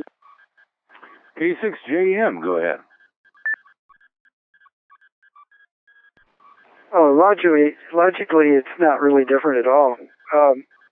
Technically, the difference is the cable that Northwest Digital Radio sells is really a cable with a sound card device in it.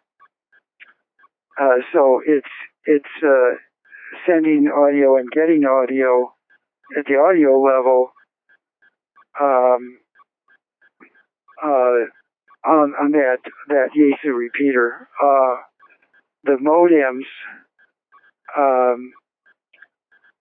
have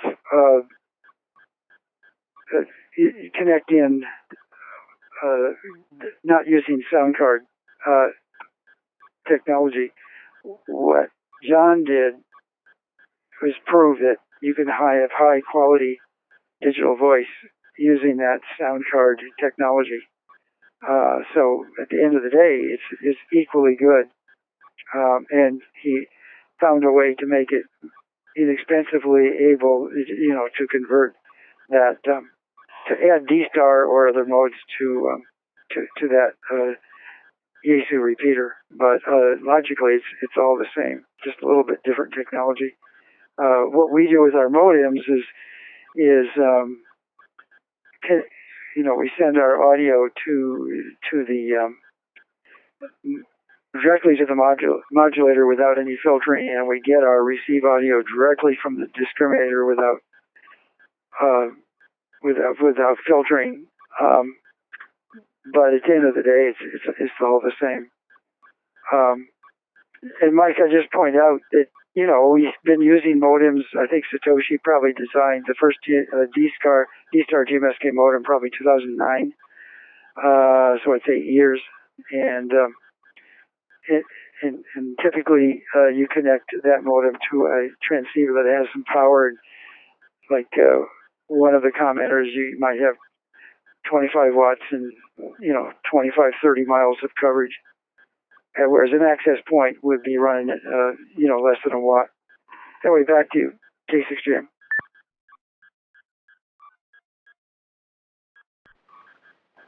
Any other comments on the difference between the STM32DVM device that's available now but fairly new versus Northwest Digital's UDRC?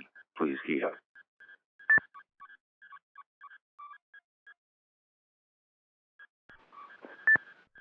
AE7TD.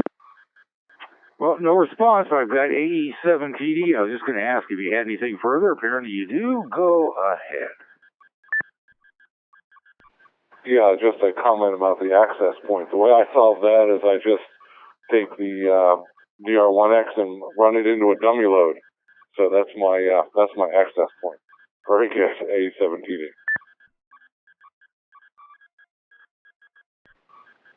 Oh, sure. You can take the DR1X and connect it to a trash can, or better yet, maybe a Weber barbecue, and or just set it out in the front yard and near the street, and maybe somebody will take it off your hands.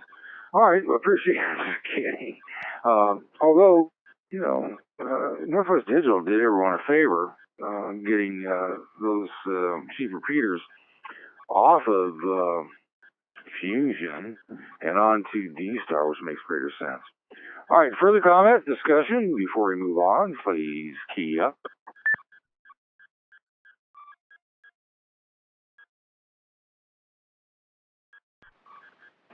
All right, nothing further. I appreciate that.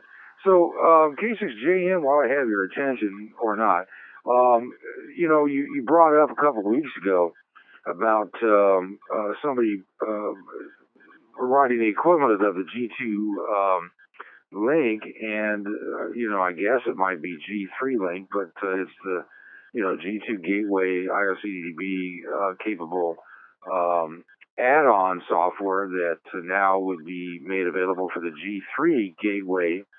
And anything further on that, I haven't seen anything come across yacht groups. I have to admit that sometimes my eyes get blurred trying to look for the things that are of interest to me, because I don't use the search function very much. Don't ask me why I don't. But Jim, anything new on what would otherwise be G3 Link? K6JM, go ahead.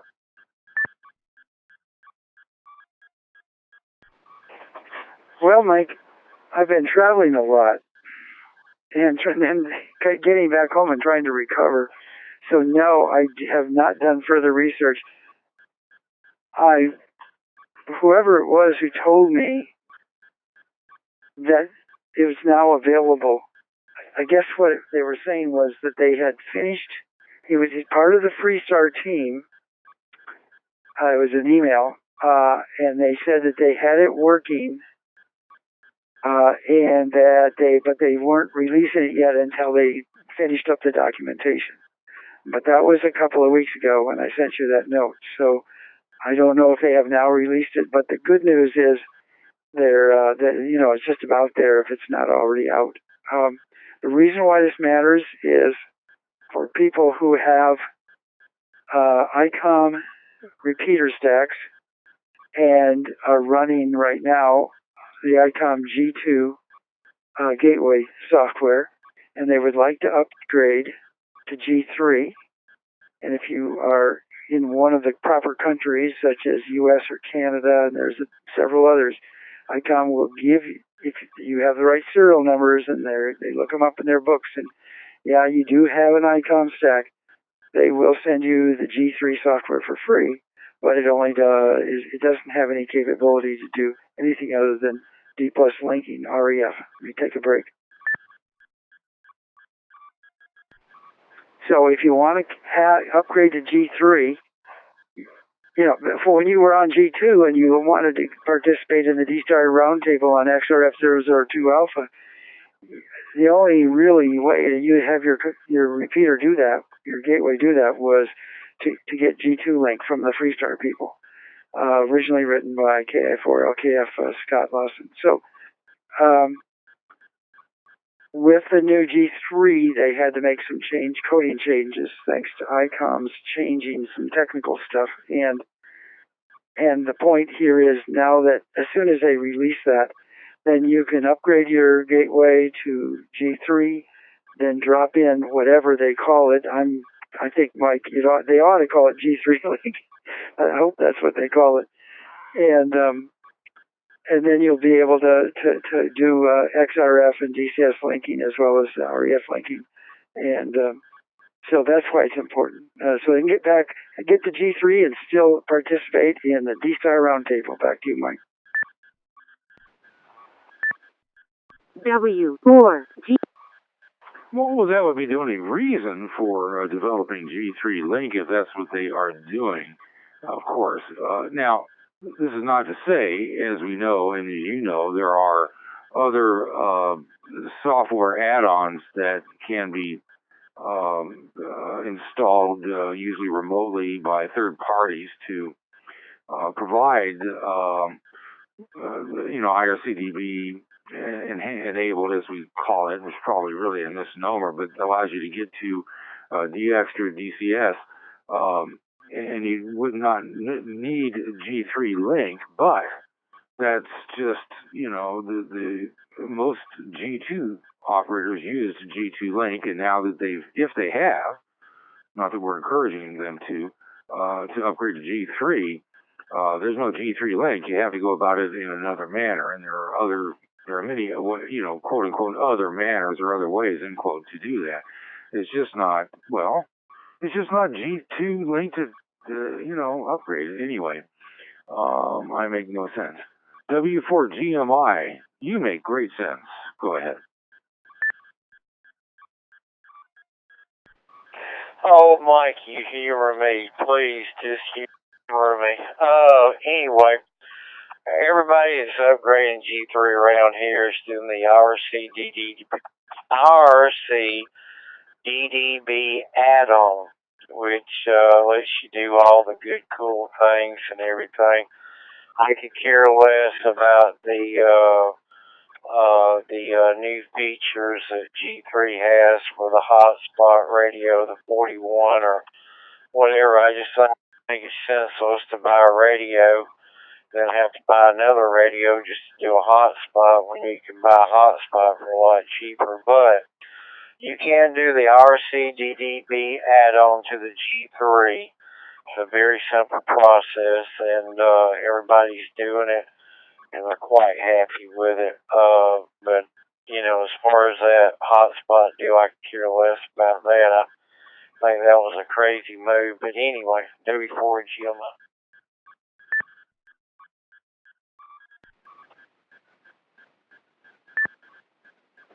Okay, well, so what IRCDDB add-on are we talking about? If that's true, then why bother with so-called G3 Link? W4GMI, go ahead. Okay, the G3 will come on board wide open, and eventually they'll start dropping all the G2 repeaters off out of the network, and the G3 is what they're looking for after a certain date. Don't give me a blind mic. I'm not sure what date it is. I haven't looked at that because I don't mess with the ICOM stacks or anything like that. So, but my understanding is from all the gurus around here that eventually they'll start dropping the G2 repeaters out of the network, and you have to have G3. And their philosophy is we're offering it to you free. Take advantage of it, and there won't be any problems down the road. W4 GMA.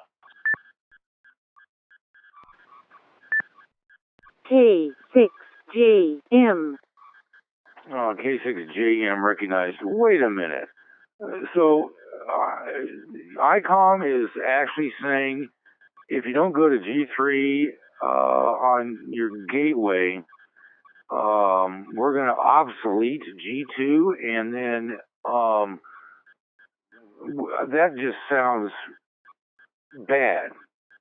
And also, I'm still not clear what IRCDDB add-on that you said the repeater owners with G3, you know, have added. You know, I haven't heard it described in that manner, and so I just was fishing around. Because this is an important thing, especially if ICOM's making threats. Because, frankly, I don't see a reason to even upgrade to G3. But then that's just me. And I'm not a repeater owner, so I can say that pretty easy. Let's go to a repeater owner, though. K6JM, go ahead. Okay, Mike. By the way, I'm admin for our club, local club's repeater, but the admin for the gateway. Let's be specific. Anyway, yeah, you know, this discussion reminds me how frustrated I am with the fact that we have two very different software products that have a very similar name. In the beginning of time, there was ICOM G2, and if you wanted to do call sign routing, you used their stuff. And the Germans created something called IRCDDB. Stop. Full stop. IRCDDB. And that simply made call sign routing last heard updating faster. Okay, it doesn't do linking.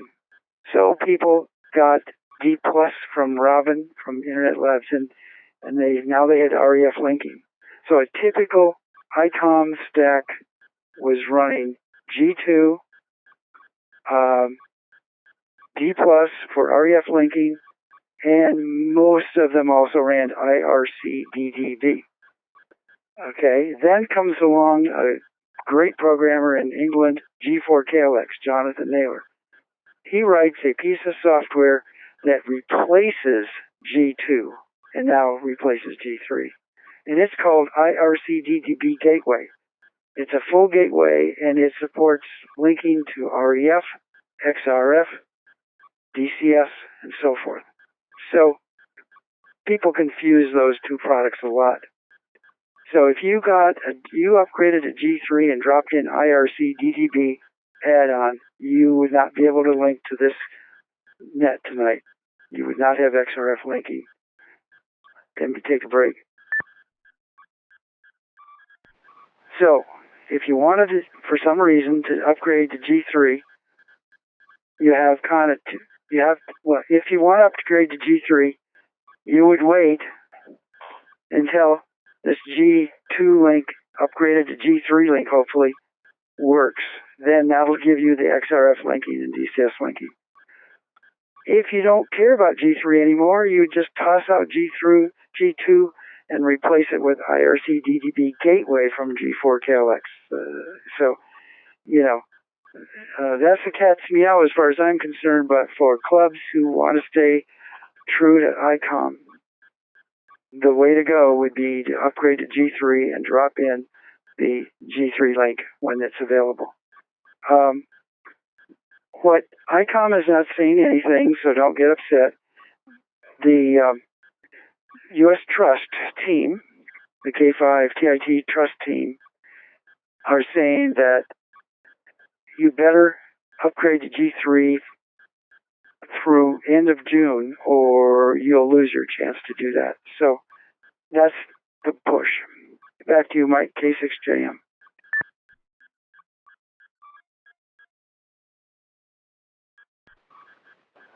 Well, by meaning that you lose G3, I presume they mean it won't be free. I can't imagine ICOM not wanting G3 to populate because that's the new business. I'm still pissed off, okay? But I appreciate the explanation, Jim. Sometimes we need a reminder, especially for those that aren't running repeaters. Anyone with comments on G3? Anyone reverted to IRC DTB gateway or back to G2? Anyone has flipped off ICOM and said, I'm not playing with you anymore? Stations, please key up.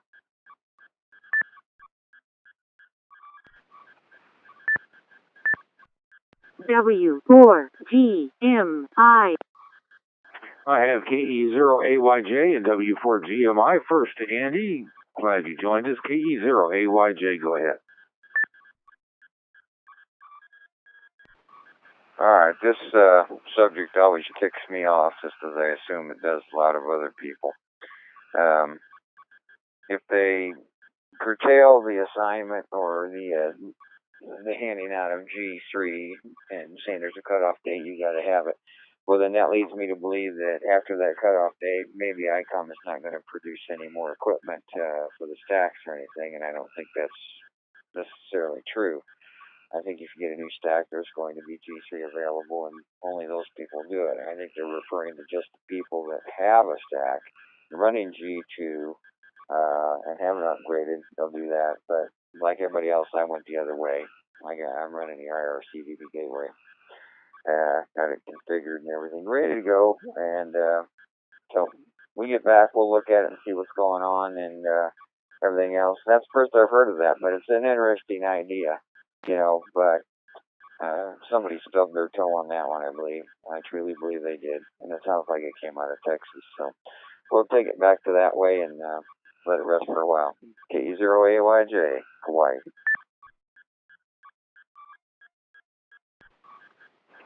All right, Andy. I wonder if there's going to be a discussion about the future of the D-Star ICOM stack and alternatives to it. W4GMI, go ahead. Well, Mike, I didn't mean to get your blood boiling, but I'm glad Jim come in there and clarified a little bit, because I was just conveying what I was told. And you know what hearsay means. 9 times out of 10, you're going to get the wrong information. You have to keep digging for it. But I personally care less about running an ICOM stack. It's too expensive. The only thing that I'm running ICOM are our sites as a ID1.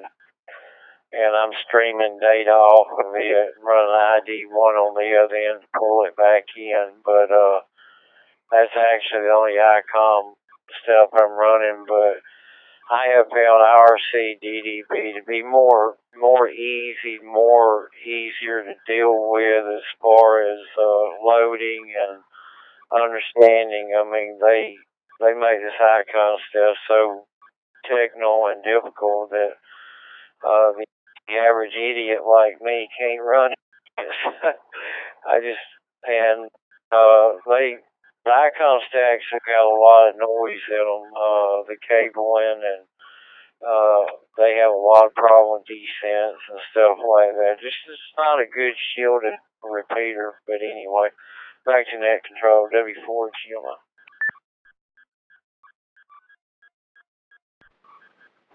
All right, appreciate it. Any G3 owners wish to weigh in and to take one side or the other, maybe express something in favor of G3 or, I mean, if you buy a new ICOM stack, it's going to come with G3, period. Maybe more time should be spent thinking about MMD VM repeaters. That would include D-Star, but obsolete, from our view, or our end, the ICOM repeaters, which are expensive and they're pretty authoritarian, and well, that isn't quite the word I wanted to use, but it's their way or hit the highway. As same thing as with Robin and the D+. Anybody wish to take this further comments, further discussed? Please key up.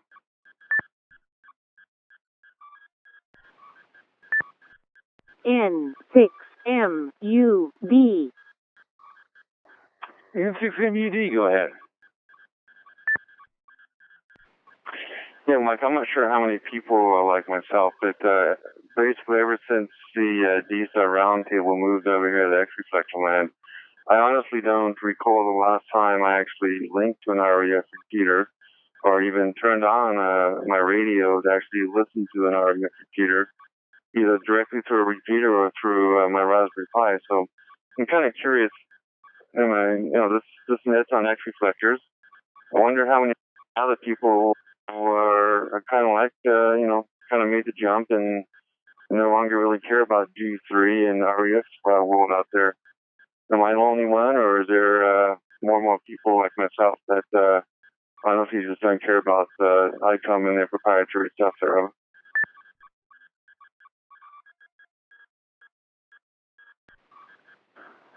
Well, that's an interesting question. I mean, when we first made the jump, which has been more than a year ago, there was some concern about, now you're asking us to not only have a radio, but we got to get an access point. And at that time, there was maybe the DV4 Mini, but you didn't do D-Star very well. And anyway, you had to have a hotspot, which is very, very, very common and relatively inexpensive, but you still had to have a hotspot. Today, it's, and let me say this also, there was some consternation. It was a new way of approaching D-Star. They had been around for a while, but when you're on a linked repeater system with fairly good coverage, there was just, you just didn't see a need to get a hotspot, and then the matter was confused with kind of funky GMSK boards and the 7021 board in its first iteration that never really worked right, and there was some frustration with hotspots. People didn't know what they were doing. And today, it's no big deal. In fact, I think a lot of people consider getting an access point, although, there's a radio you need to buy. But I don't think it's quite the issue it used to be. It would be impossible for me to ask,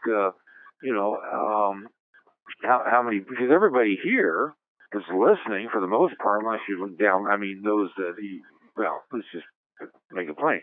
Unless you listen to this on a recorded basis, those that are listening, those that are participating live, have hotspots, every single one of them. and the number with hotspots, be it D-Star exclusive, such as a Raspberry Pi, DVAP, or DV Mega, or whatever configuration for your access point, or you use a dongle, although that's less common anymore because they're expensive and anyway. But it's no big deal. I'm just not sure how we'd be able to quantify, those which have completely abandoned repeaters. But that is an interesting topic in the sense that we now know that DMR repeaters are completely unnecessary. And anyone who would invest in a DMR repeater is throwing their money away. When it comes to the D-Star repeater, that's a different question, because it's a different type of infrastructure, and it has different capabilities than, obviously, than DMR. So let me see, though, if anyone has a different view on this, would like to respond just a minute.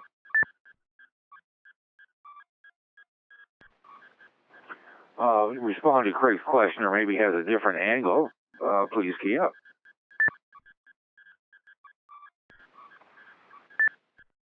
K6JM. K6JM, go ahead. Okay, Mike, I've switched over from my hotspot to using my 7100 running, golly, I don't know, let's say 30 watts. Anyway, I'm coming in to you through the W6CX ICOM D-Star repeater in the San Francisco Bay Area. And obviously I'm coming in to you through XRF002 Alpha. The way we're doing it is our default reflector is a West Coast reflector 14 Charlie. So other West Coast repeaters are connected there, and we can all talk to each other. So that's some use via a real repeater of D plus or REF reflectors. When I'm at home, though, I completely agree with the previous comment. Most of the time it's XRF on my hotspot. So it's kind of, the usage depends. As far as how you achieve ICOM repeater to get in, we talked to G2 with G2 Link, or you just throw out the G2, G3 and use IRC-DTP gateway. In our case, we kind of did a hybrid. We worked with Adrian VK4TUX, and so we have a dual mode where users can key their radio with a certain code in the UR call, and they can either put it into IRC-DTP gateway mode or G3 mode. So we have both available, user controlled. I'm finding around 99.9% of the time it's in IRC-DTP gateway mode, because people like the ability to get to the other types of reflectors. Anyway, just thought I'd pass it along. There are various options, and that's just yet another. Back to you, K6JM.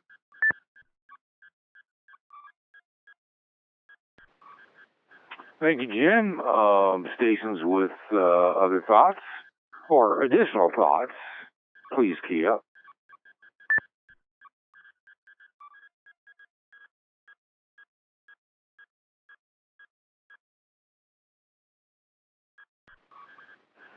All right, so, one of the things that, gets thought about is, and I mentioned this in passing, is what is the future of the D-Star repeater that is the ICOM stack?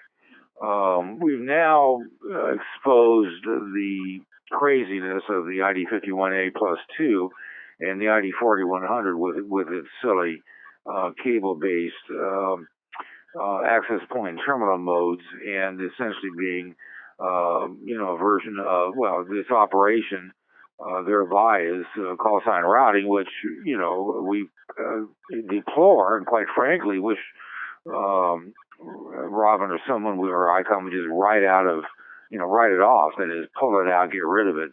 Its only real use would be in Japan, and is in Japan.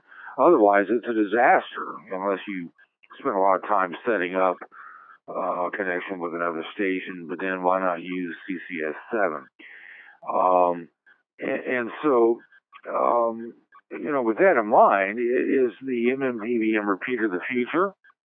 Is there going to be continued interest in the ICOM stack given that G3 is a pile?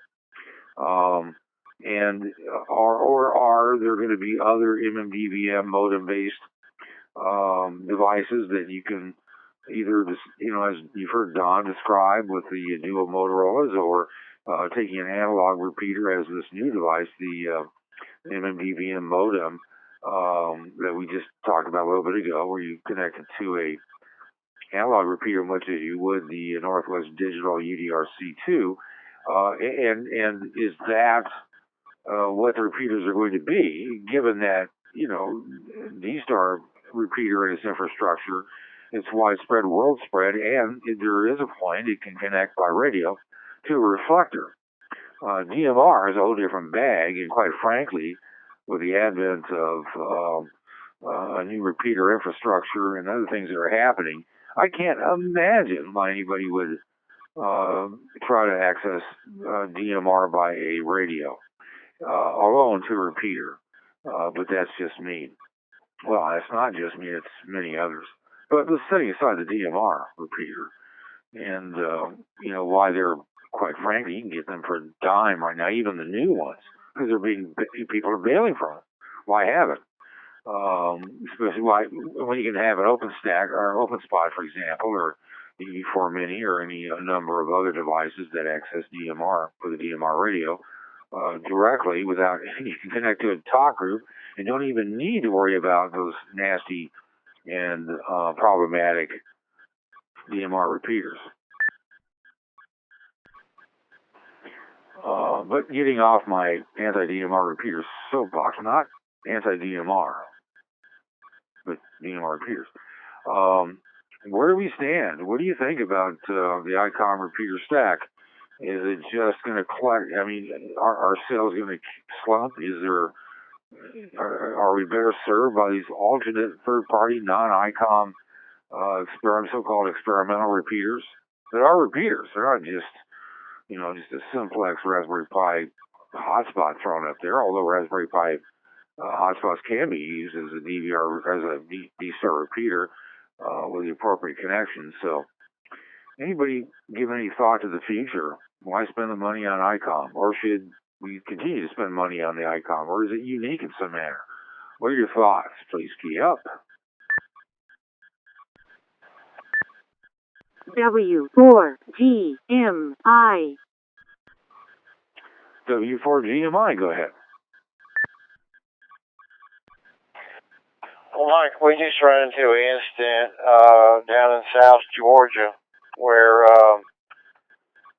the National Law Enforcement Institute, they ended up buying a ICOM repeater for ICOM stack for their communications center, which they've got hams and all that, but I tried to convince them to go with Homebrew, and they would not do it. They had to have something that was name brand and non-experimental and everything, which is all experimental.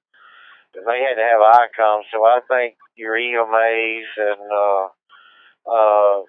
people like that, FEMA and everything else, still support ICOM, because they're going to spend the bigger bucks for the equipment, yada, yada, yada, and everything. But anyway, the MMDVM board is a multi-mode board, which a lot of people are going to multi-mode repeaters. We played around with it and tried it, didn't care for it, because every time you key up on D-Star, somebody come along and key up on DMR right after you, and you lost to the DMR. So it was just a catastrophe. I mean, it's okay to use the MMDVM board in multi-mode if you run your own hotspot or something like that you're controlling yourself, and you haven't got several people wanting to use different modes. But we are using the MMDVM board on a Fusion DR1 repeater. It makes a better D-Star repeater or DMR repeater than it does a fusion repeater. It makes a better analog repeater than it does a fusion repeater. But anyway, I think a lot of people are going with the homebrew stuff just to get away from having to pay an outrageous price. But I think your government entities will still support the ICOM stacks and some of your clubs that are anti-outlaws like we are. Maybe for Gemma. K6.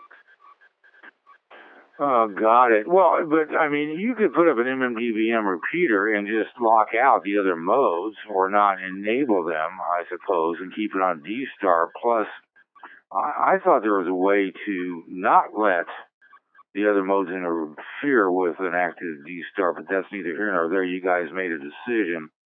And I have, an even larger question. All things equal.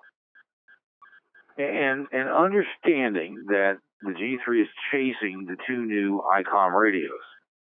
And setting those two new ICOM radios aside, does it matter if we ever have G3 in our lives? K6JM, go ahead. Okay. Well, first of all, I gotta say, every time I hear the story about how the Yaesu repeater is so good, except for fusion, I just love to hear that. I don't know what it is. Maybe I'm morally corrupt or something, but I just love to hear that. Regarding MMDVM and multiple modes and DMR taking over, people did run into that in the early days. Turns out there are just about 1 billion parameters that you can put into the MMDVM.ini file, a number of different hang time settings to prevent one mode like DMR from taking over. I know people have experienced that, but you can fix it by tweaking the hang times for the DMR hang time versus the D-Star hang time and stuff. So you can you can deal with that. Back to Mike, your question, I think it was two-part. One, I think you were implying with everybody getting hotspots, what do we need repeaters for at all?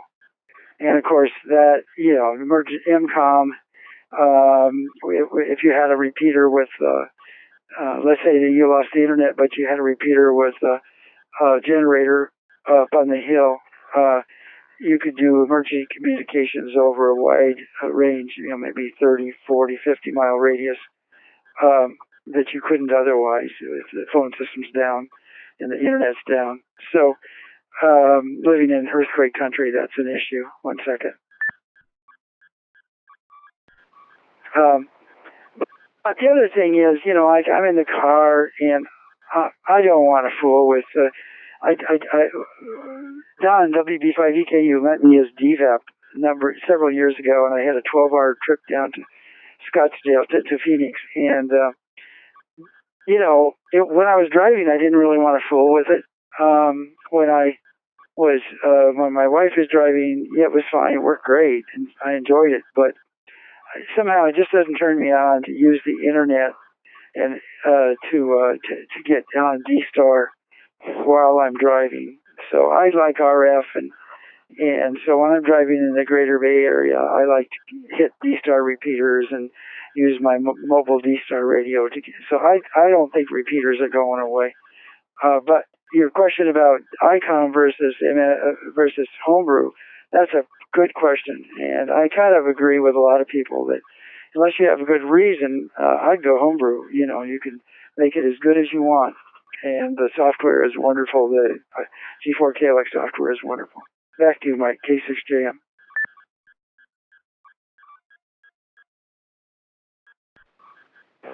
All right, appreciate it. Just a second.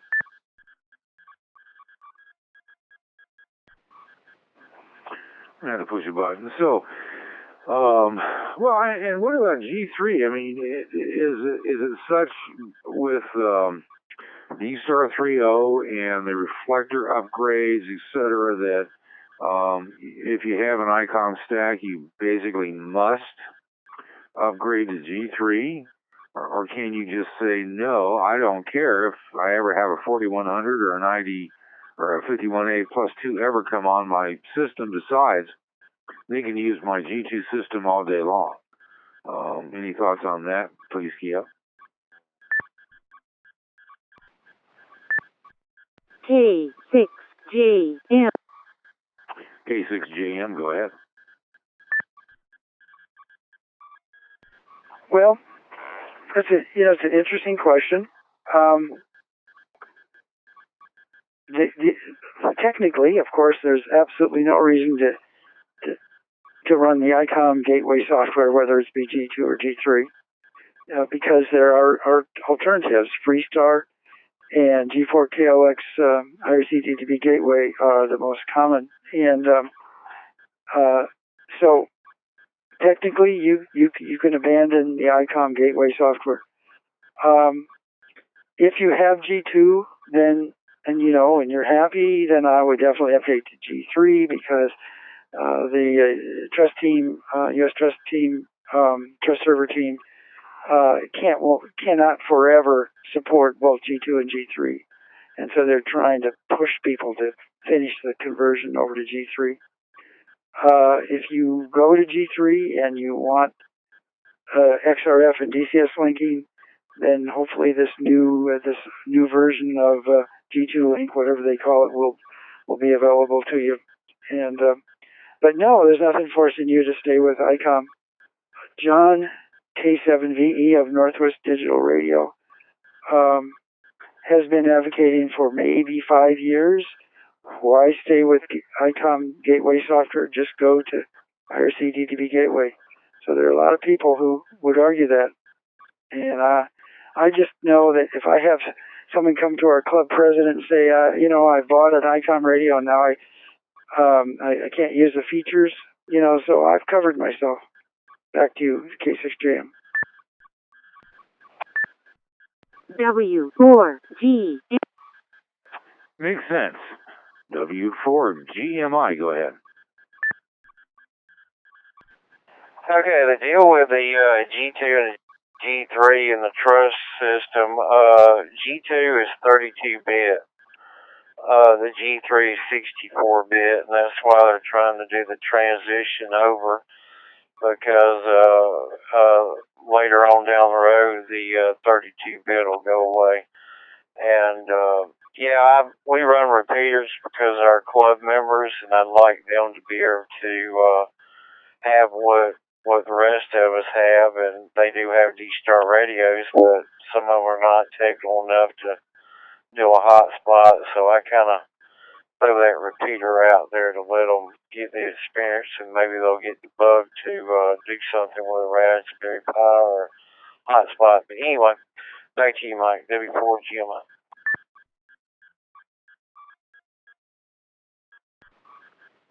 Got it. Stations, please, Kia.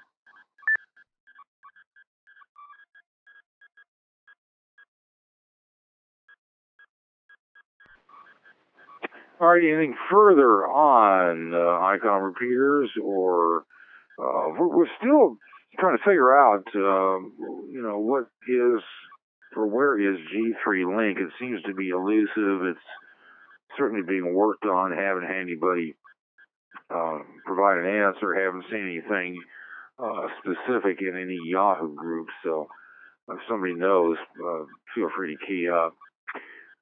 So anyway, at this point, let me see if there's a station that either, if you keyed up and I didn't recognize you, which is rare, but it could happen, and I'd like you to key up in the next round. I'm not ignoring anybody, it's just I didn't spot you, didn't show up on the screen, which again is seldom. But also, I wanted to get current on tonight's net if there was a comment or follow up on something that you heard earlier but couldn't get in, or we blew past it onto a new topic and you'd like to comment on something, or if you went into a research mode scratching your head and want to go back a few topics, this is the time to do so before we move to the next step. So, all of the above, please key up.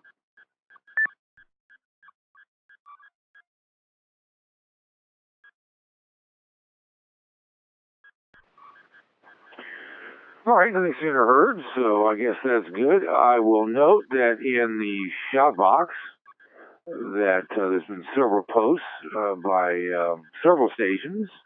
K6 James been a little busy in the text entry box, and I want to thank him and K6FED and WB5EKU and all the others that put pertinent, important information and links and other cool stuff. Don't miss out on it.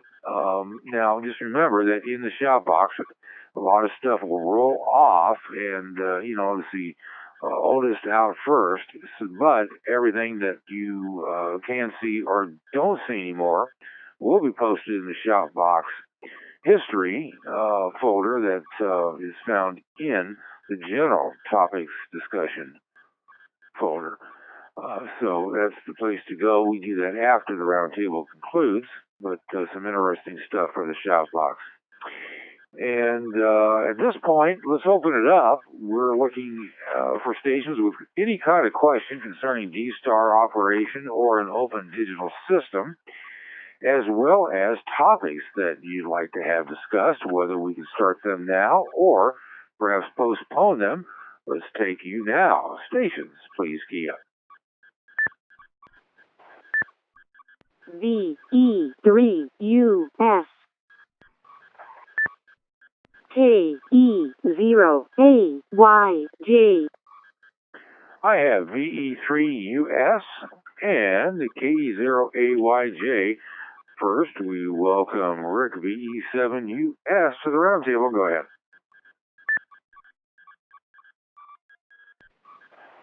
Well, yes, good evening. It's Victor Echo 3 Uniform Sierra, Rick here in Ontario, Sauble Beach. I've been listening here, and the talk with the G3 Gateway and with the D Plus and what have you. So the whole thing is that what's gonna, well, unless you've got the G3 repeater, if you're running a hotspot now and you're basically going to lose the reflectors on that. So there's a lot of clubs that do hold their nets on the reflectors each and every week, and that's going to pose some problems there. So your thoughts or comments, Victor Echo 3 Uniform Sierra, back to net.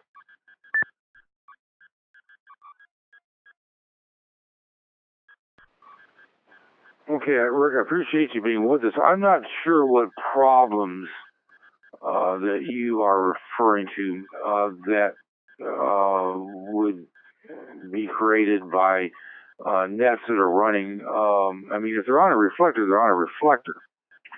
It's how you access that reflector is the issue.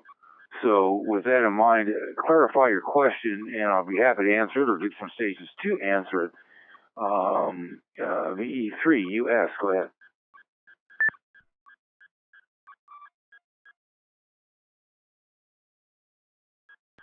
It's basically with the new G3 software coming in. So if I basically have my hotspot, I should be able to, well, I may not be able to get into the reflectors that are there. So that's what my question is, or will I be able to get into those reflectors still? With a hotspot not having any upgrades to my hotspot at all, or will I need upgrades to the hotspot? That's what I'm referring to.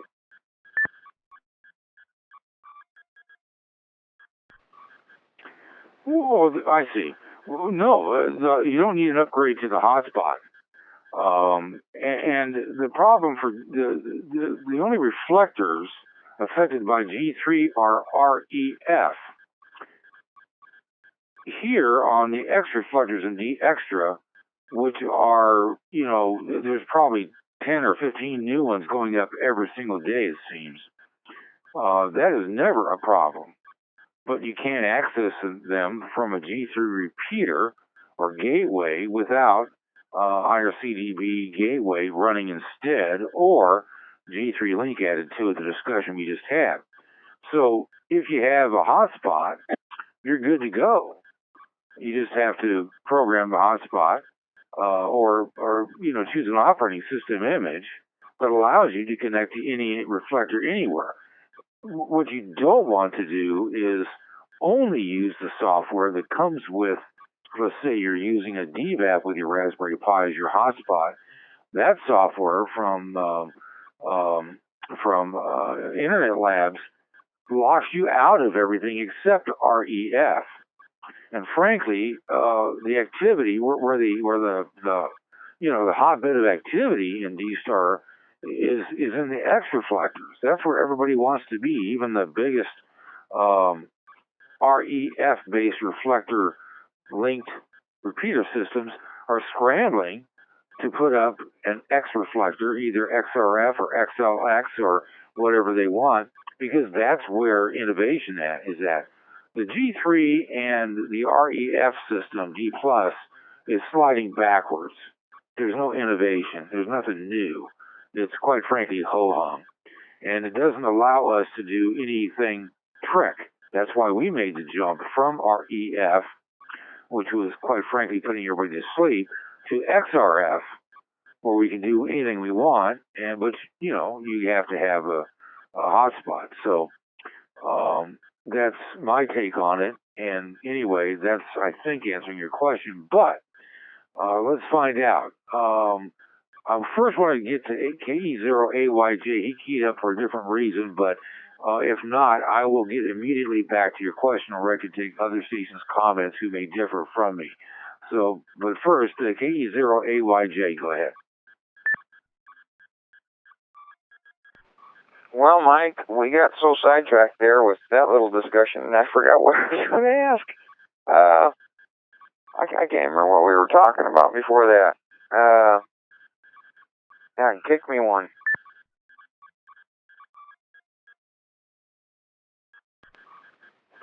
Well, I'll consider yourself jet slapped and key back up when it comes back. That happens to all of us who are older than 60.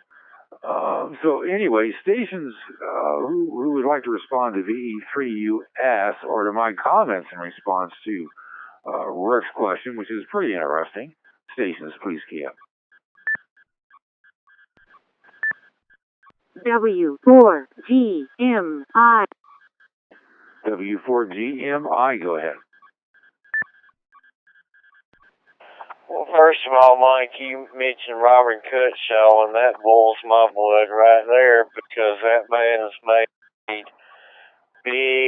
big money off of being stingy and greedy. I'm sorry. And not letting the cat out of the bag. He's promoted ICOM all the way and all that. But anyway, no, the G3 will not affect your hotspot. Your hotspot's a standalone system, and you keep on Cadillacing like you're going at Solace. You got it going on because you're here on the net tonight. So anyway, but yeah, Robin, I've had great discussions with him. The bullheaded man he is. W4GMI.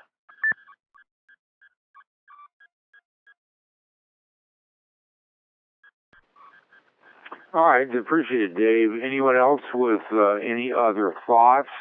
I mean, Dave is essentially right, unless your hotspot, which would not be the case for our friend Rick from Ontario, because he's on the X reflectors, so he has all that he needs. He can go anywhere. It's only those people who purchase a Internet Labs DVAP, be it the DVAP or the DV4 or DV3K, I'm sorry, you got to abandon the software they want you to download because you can't go outside of the limited area of REF reflectors. Can't go anywhere else and do anything else. So you want to dump that and then instead load an operating system image such as D-Star Commander, the Maryland D-Star image, and there's all kinds of operating system images that can be used, and some of them are different by country as well. That way, you can go everywhere, and ICOM can update to G22, downgrade to G, 2.5, and your hotspot is going to be good to go. All right, anyone have any further thoughts, questions, or have some other view of that? Please key up.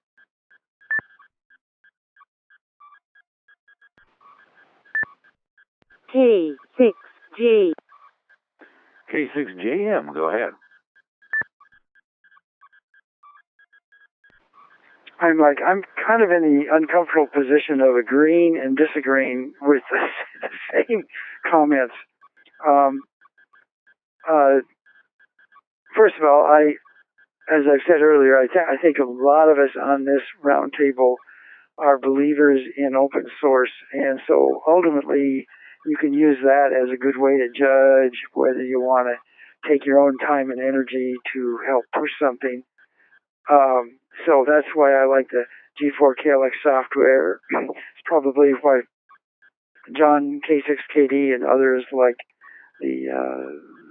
what John Luke is doing with so that's out there. D+ is not open source. At the same time, D+ and RF linking was what really made D-Star take off. I'm sorry, I'm coughing here. And so even though it wasn't open source, it was the cat's meow. It was the thing that got D-Star to take off. So just like we don't use VisiCalc anymore, but it was what got the spreadsheet going.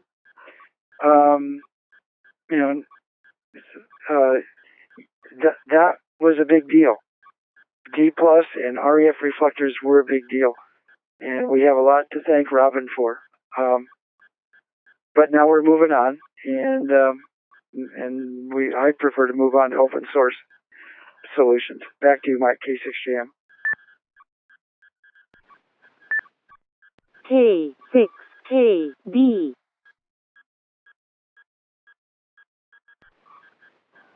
Well, we thanked Robin at length back when, in the time that you described, both on the air, but more importantly, we thanked him by spending a ton of money on his very expensive yet cheap to produce DVAPs and dongles. And there comes a time when even the innovators in technology or even in mechanics or engineering, when they dig their heels in and refuse to move on, that is, advance with the world, and instead say no because that could affect my pocketbook or whatever the excuse is, and continue to insist that you're going to use the system that's mine and I close and I'm going to dictate how it works, you end up passing from the spotlight to the back alley as far as how in the dark, as far as how people see you. And I say this in generally in opinion. I don't have any animus against Robin as a person. Frankly, I've never met him, but still, the time is long past where we have to give him kudos because what he's doing today is a disservice to D-Star. That's my view. But and don't feel, look, I take absolutely no, homage to, you're never going to hear me criticize anyone who's criticizing me because I've got big shoulders, and frankly, I'd rather get both sides of an issue if there's a debate over something, so that everybody can be well informed. So don't, you can disagree with me all day long and I'll be smiling right on through. Let's see, K6KD keyed up in this mess. John, go ahead. Okay, well, Mike, one thing to point out, the linking, the reflector linking, that was not a feature, and still is not a feature with the D Plus with the legacy REF reflectors. Not at all. I mean, the repeaters can link to the reflectors, but the reflectors can't link. That was an innovation that came with the X reflectors, and is also in the XLX reflectors. Not to belabor it, but I don't think anybody takes away from what Robin contributed in the past, and he certainly did make a lot of money from selling the DVAPs. So, so as you say, that was the way he was thanked. But his relationship, the relationship among Robin, the U.S. Trust, and ICOM is, in my opinion, a completely unholy alliance that does a disservice to D-Star because it, to the extent that New Hams, find that's the low-hanging fruit and they get sucked into a closed system. And the VisiCalc analogy would be appropriate, would be applicable if the developers of D-Star continue to work with the computer manufacturers and try to prevent people from using anything but D-Star. That would be a pretty good analogy, I think. Anyway, back to net, K6KD.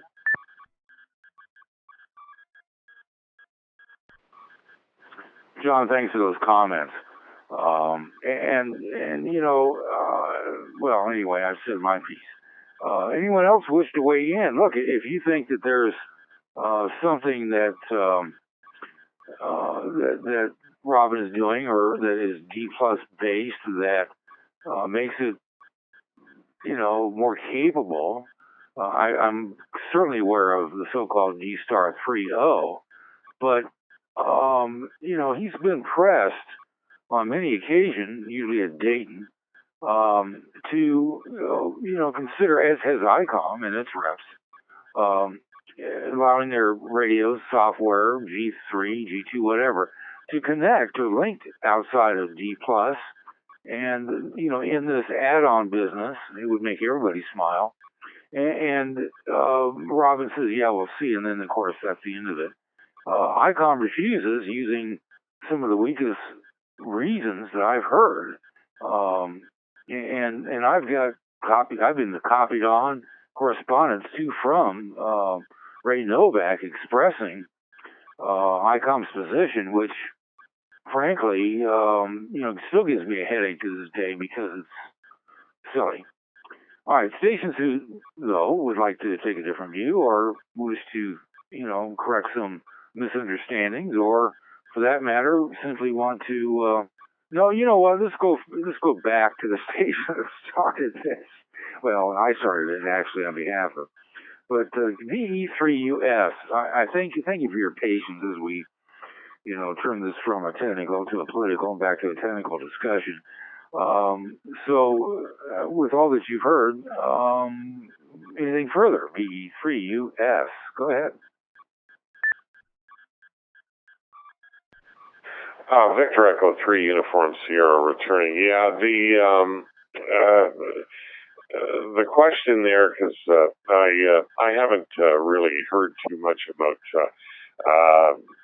what's going to happen with the hotspots and everything else. And anyways, especially with the new radios that ICOM has come out with, as well as the G2 to G3 upgrade. So it's I think you've answered the question there. So I'll be able to still maintain pretty much what I have now. I can get into the reflectors and the X reflectors and you name it. So that's what my question was all about. If I would be limited or with respect to the connectivity. So thanks very much for allowing me in and taking that question. I appreciate it very much. V3 US, back to net. Well, thanks for joining us, and I put you in a log. It looks like that you're new to us, or that is keying up. And it's an interesting question. You know, sometimes these simple things get people launched off into areas of discussion, which is what we encourage here on the Thursday night D-Star Roundtable. So let me go back to the question I had, which is anything further, opposing comments, other views. You know, I frankly don't think the investment to, you know, proliferate G3 just for the sake of 2 new ICOM radios that serve no purpose outside of Japan. Of course, that's my view. I realize they're new radios and they smell better and look better and they've got some features and, you know, they are improved overall, but not because of call sign routing and access, you know, mode and or access point terminal modes. Those, you know, that's silly. And you see, I'm not saying don't buy those radios. But don't buy them because of that. And don't buy them because they're just new. Of course, you can buy whatever you like. If you're in a buying mode, send me a couple of them. I wouldn't mind putting them to use, seeing what they think. Anyway, anything further on any of the foregoing, please key up now. K6KD. K6KD. I think we call you the Velvet Hammer. Go ahead. I'll have to ask you later about that, but just a couple of real quick points. You know, we often talk about how they might or possibly do things differently in Japan and think about the call sign routing, but, you know, I'm involved with the X-Reflector directory that we get lots of new X-Reflectors in Japan, in China for that matter, and Korea, you know, just speaking of that whole region. So there's greater similarity than there is difference. And a lot of those stations, particularly in Japan, want one of the modules linked to some of the other international, you know, so for English, you know, practice. So it's, I guess, one thing. It's not that difficult to get in touch with some of the Japanese stations. If you look at the X-Reflector directory, you see a lot of you know, a number of stations in Japan. And oftentimes there are links to their websites, and on the websites, if there's at least the ones in English, and I think most of them are in English, or at least have English on there, will indicate if there's specific modules where they, you know, they're open to, you know, English. So it's possible to talk to some of these stations and find out exactly what they're doing. The other point is tying in the technical with the political. Because of ICOM's role and their getting in bed with Robin and U.S. Trust makes it just that much sweeter that we'll soon have a lot of additional options to connect to D-Star. And that, you know, I'm referring to the DMR radios that will, you know, once the transcoding becomes online, instead of thinking of it in terms of, well, it's linking DMR with D-Star, another way to look at it is being able to use DMR radios to link into specific D-Star reflectors, and that will it'll serve ICOM very well with their expensive radios. Instead, people, you know, their expensive radios working with U.S. Trust, people have the option to buy you know, $100 radios that or definitely $200 radios that sound better. And I can tell you that from first-hand experience. Anyway, back to net, K6KD.